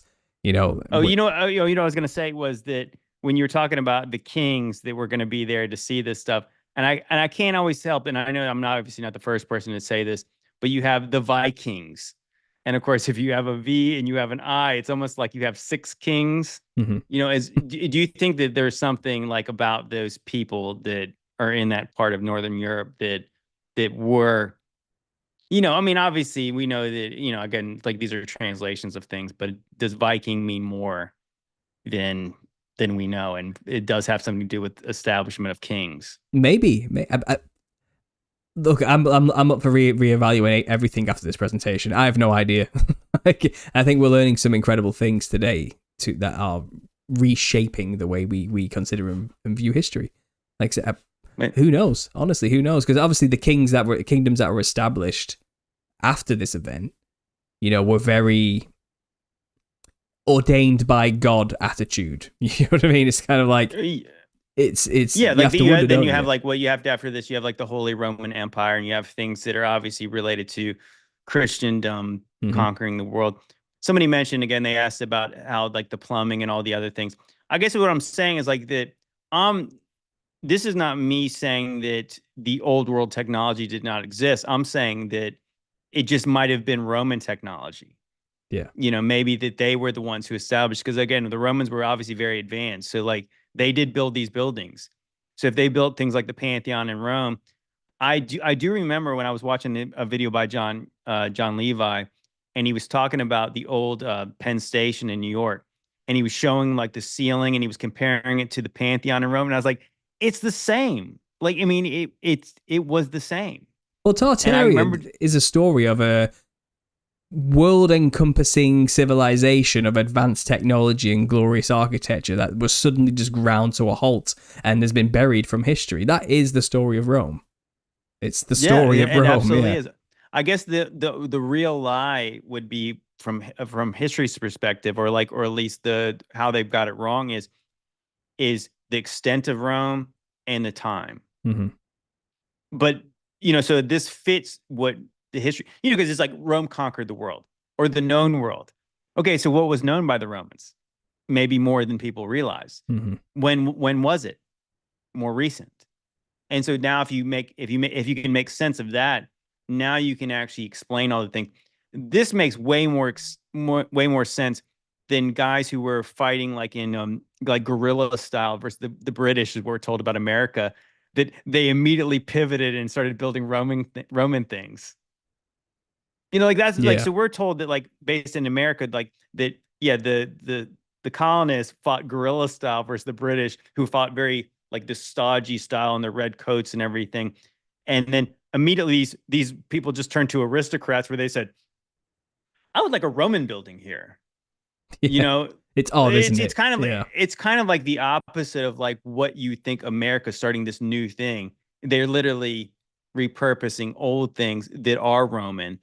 And yeah, when people like Elon Musk say that America's the new Rome, because it's like they were trying to, this maybe is the devil trying to establish the kingdom that was lost to him at the end of reestablish. I would say, yeah, he's trying to rebuild Rome again. Reestablish what was there, and they're trying to repurpose things, and that's why they kept certain things alive. The New World Order is just the reestablishment of the Old World Order of Rome. I think that's what Norvis Ordo Seclorum. That's the aim, isn't it? Yeah, exactly. That's just, and he mentioned there as well, which I thought was quite interesting. We didn't bring it up, but in this 700-year gap, the Latin language didn't change.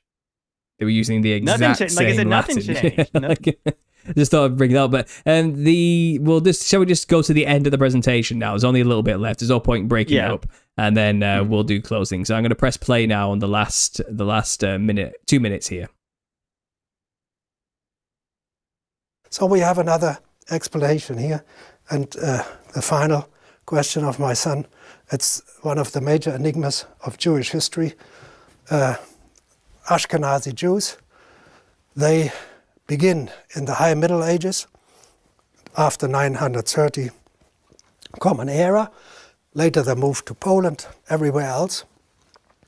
And the problem is that in the early Middle Ages, in their original area in Germany, Belgium, France, in this area, there is no archaeological evidence for Jews from the 8th to the 10th century. So there's a hiatus of 300 years before the High Middle Ages. So they say if the Ashkenazi Jews begin here, and there are no Jews whatsoever in synagogue architecture for 300 years, they have nobody who could have been their forefathers. We have the same situation like in Jerusalem, where the Crusaders massacre Jews and Muslims, but in the stratigraphy of Jerusalem, you do not have Jews before this massacre occurs.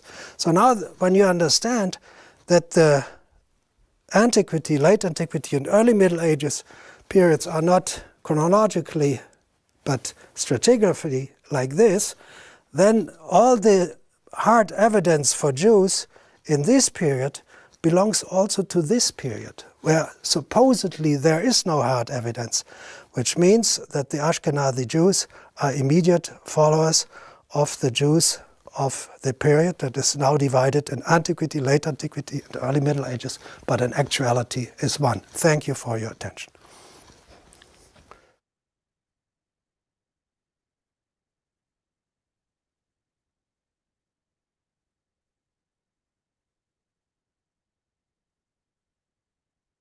Okay, so there we go.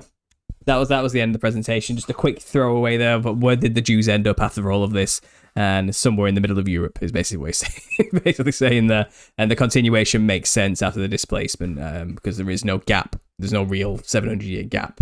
It's just how it all ended up. So there we go. That was his full presentation. So, do you have any closing thoughts about that presentation there? We pretty much covered everything about it. So I don't know what much more we can say, but well, I mean, we could just comment on that. It does make sense that it's funny, I'll just say this because I don't think this is not anti-Semitic, because the line of Ashkenaz is not Semitic. So there we go. It's interesting that they call themselves that, and people always comment that that's in the line of Japheth, Ashkenaz. We're told about the Khazars, and they converted to Judaism. I mean, I'm not sure that that's incorrect. It sounds like it probably could be. We're told. I mean, you guys should research that on your own because we could get into some controversial topics. But yeah, the Khazar Empire, the Ashkenazi Jews, and yeah, it makes sense. It makes sense that why some of these things about like the lost tribes and all these weird things. It's like maybe they weren't lost. It's like it's hard to place them when you put all this extra time in there. Mm-hmm. But when you understand like what happened in 70 AD and how people would have left and they would have, the remnants of them would have stayed certain places and they would have took hold. And yeah, I would just say that if anybody who's watching this, I remember, and I'll give credit to Jason Jack, who's I believe he's still watching. Yeah, he mentioned that, we're just kind of scratching the surface here. And it's like, I feel like that this is a major piece of the puzzle. Or this is kind of almost like we now have a picture of what the puzzle might look like.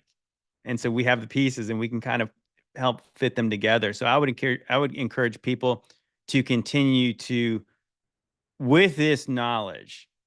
And well, like I said, you guys obviously, you can believe what you want. I mean, I think this is very convincing to me. Mm-hmm. But continue to research, maybe try to disprove it.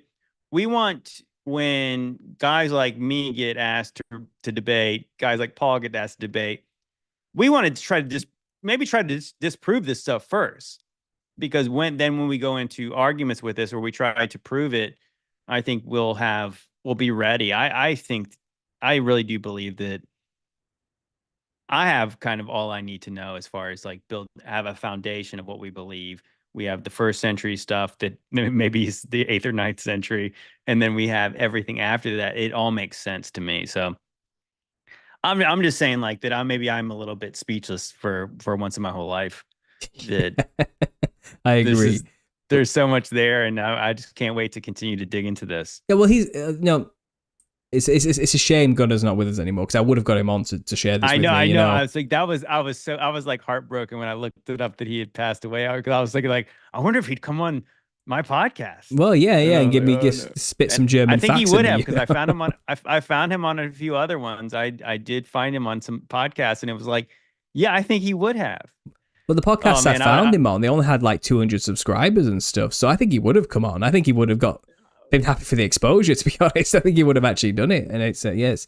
It's a shame. I would love to pick his brain about stuff about North America and stuff like that. I would have asked him all the questions that all probably the he would not have wanted questions. to. Yeah. But it's again, so again, I don't know the guy's beliefs in the end or whatever it came to. Clearly, he must have learned a thing or two during his research, which made him raise an eyebrow about Christendom. But who knows, But it's a shame he's not around anymore. But he's not the first to talk about these things or give new chronologies, shall we say, in a renowned, respectable way. You know what I mean? So like he is a sociologist and economist. He's a professor.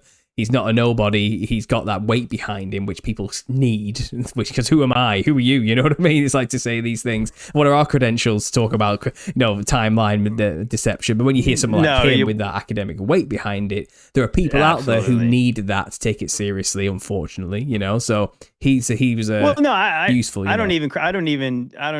actually believe that what you said is absolutely correct, because I think that we are theorizing that, and I'm sure that you and I have both heard a million times at this point that the timeline is wrong. Mm-hmm. But this is actually, somebody in my comment when I posted this on my community page is like, this guy came in slapping down receipts. Like, okay, you want proof? Here's the proof. And he's going town by town. Literally, he's talking about 35,000 Roman sites. And he's saying there's not one example that shows stratigraphy that shows older civilizations under them. So he's literally saying that you want proof. You got to show me proof that I'm wrong. Mm-hmm. You got to dig down into the earth. You actually have to go do the groundwork to say that I'm wrong about this. So now we actually can kind of establish like that it's more than just saying like that the coins or the dates on buildings have been changed. This is actually showing you the hard science actually points to a wrong chronology. And then when you look into actual history and they just vaguely just paint over 1,000 years and say it's the Dark Ages because we don't have a lot of history from there. It's because there is no history from those times. You've stretched out 300 years into 1,000, and now we know why. Mm-hmm. And this explains, like I said, it's almost funny how he even casually just points out that, oh, here's Rome in 1500 just covered in mud. And obviously people in the mud flood community are like, what is this? Like, we don't even have pictures like that. You know what? I'll bring this up, and I'll bring up this one last point because I got to go. But what I found really interesting is I heard him on other podcasts, and he was talking to an Italian professor, and he was saying, okay, so if Rome fell in early antiquity, right? The Western Roman Empire fell. How did the barbarians cause it to be covered in mud and water? And they said, and he said it was weird because he said it was almost like that guy had never considered that question. And what he said is like, Marxists can always consider an economic situation could cause any kind of calamity. And then he said, this professor allowed him to ask his pilot.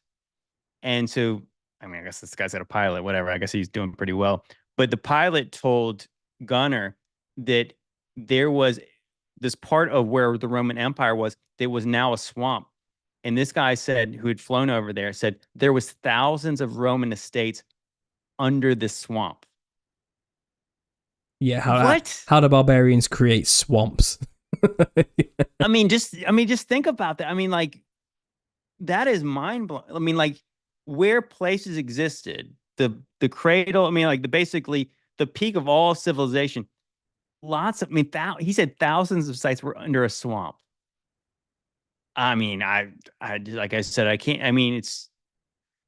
So I'll just stop. I can't. It's mind-blowing information. Like I say, it's good to have these things to kind of back us up. It's only making a clearer picture for us that we're on the right track, whatever that is. I know there are still people who probably listen today who don't agree with what we're saying, and the usual arguments you hear is something like, if you believe this, then you're going to fall for the Antichrist and the mark of the beast, or they're saying stuff like, you're thinking too human about this. It was all magical, metaphorical talking in Christ language, so therefore, because you're being too literal, you're being fooled. And another thing you hear quite a lot is, if you're wrong, then you've wasted all your time on a conspiracy theory when you should be spreading the gospel and dealing with real doctrine. You're wasting your time. It's kind of like, what about things that really affect people and really matter? And it's kind of like, well, actually, this does really matter. And this does affect people in a big way. And I would say this is spreading the gospel, and this is bringing people to Christ. People who otherwise were so lost and have no context to understand why Christ should matter to them. This gives context.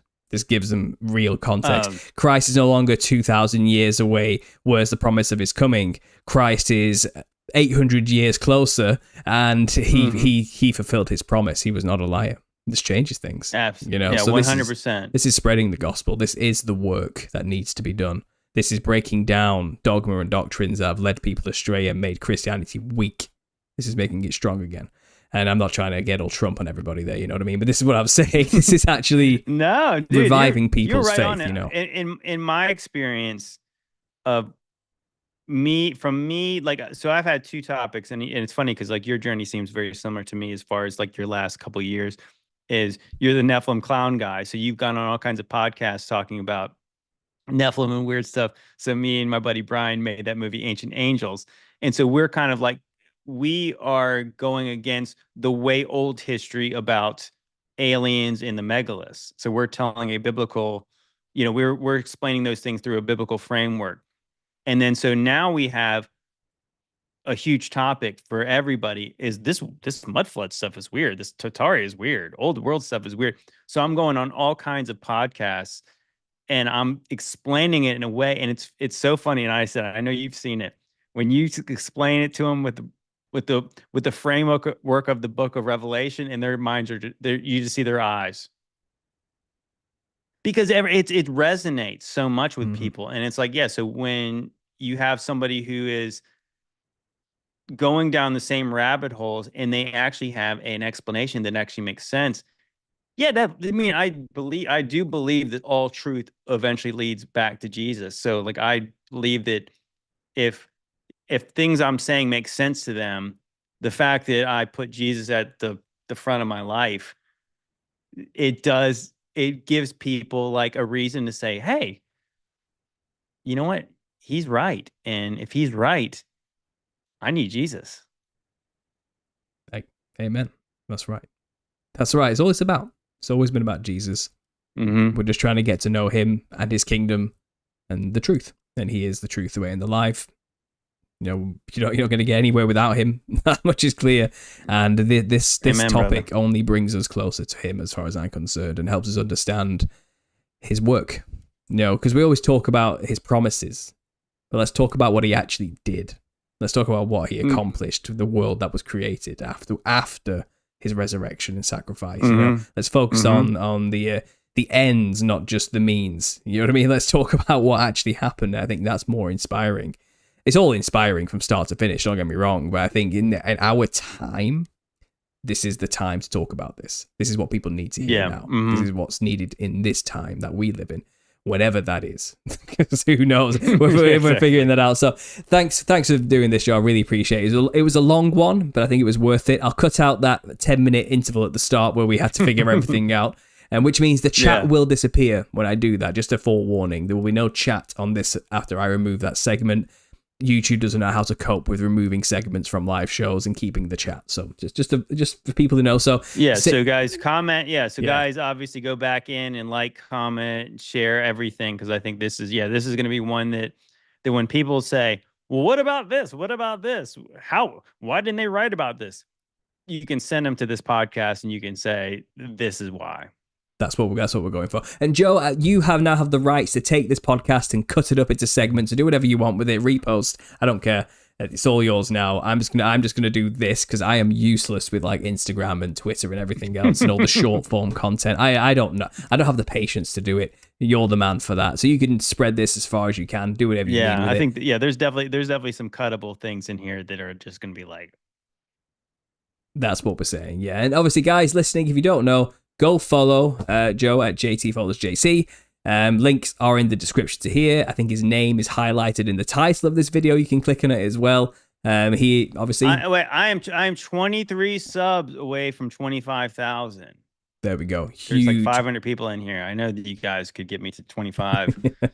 Not that there's anything special about that, but it's kind of cool. No, that's a huge milestone. Congratulations, and it's well deserved.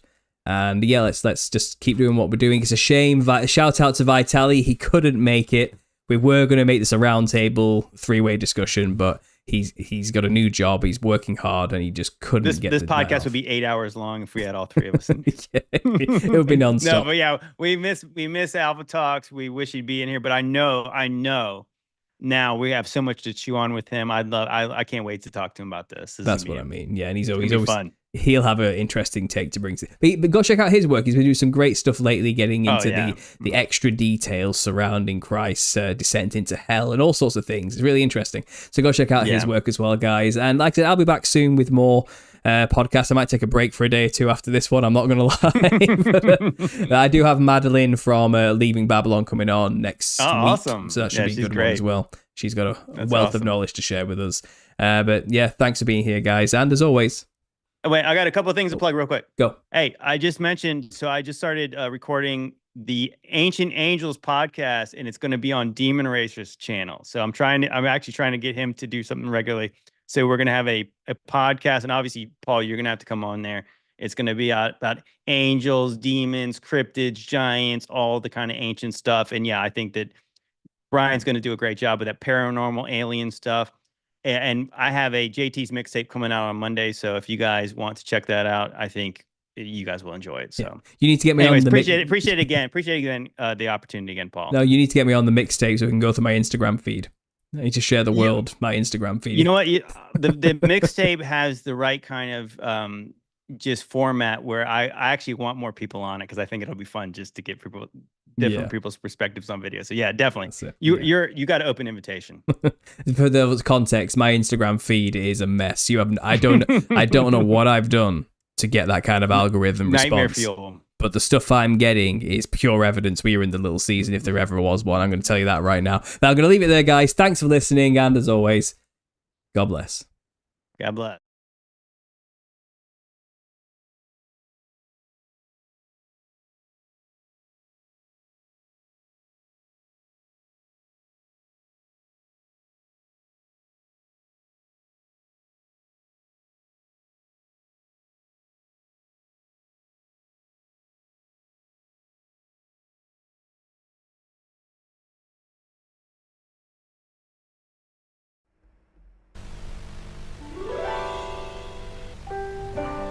This Saturnalia.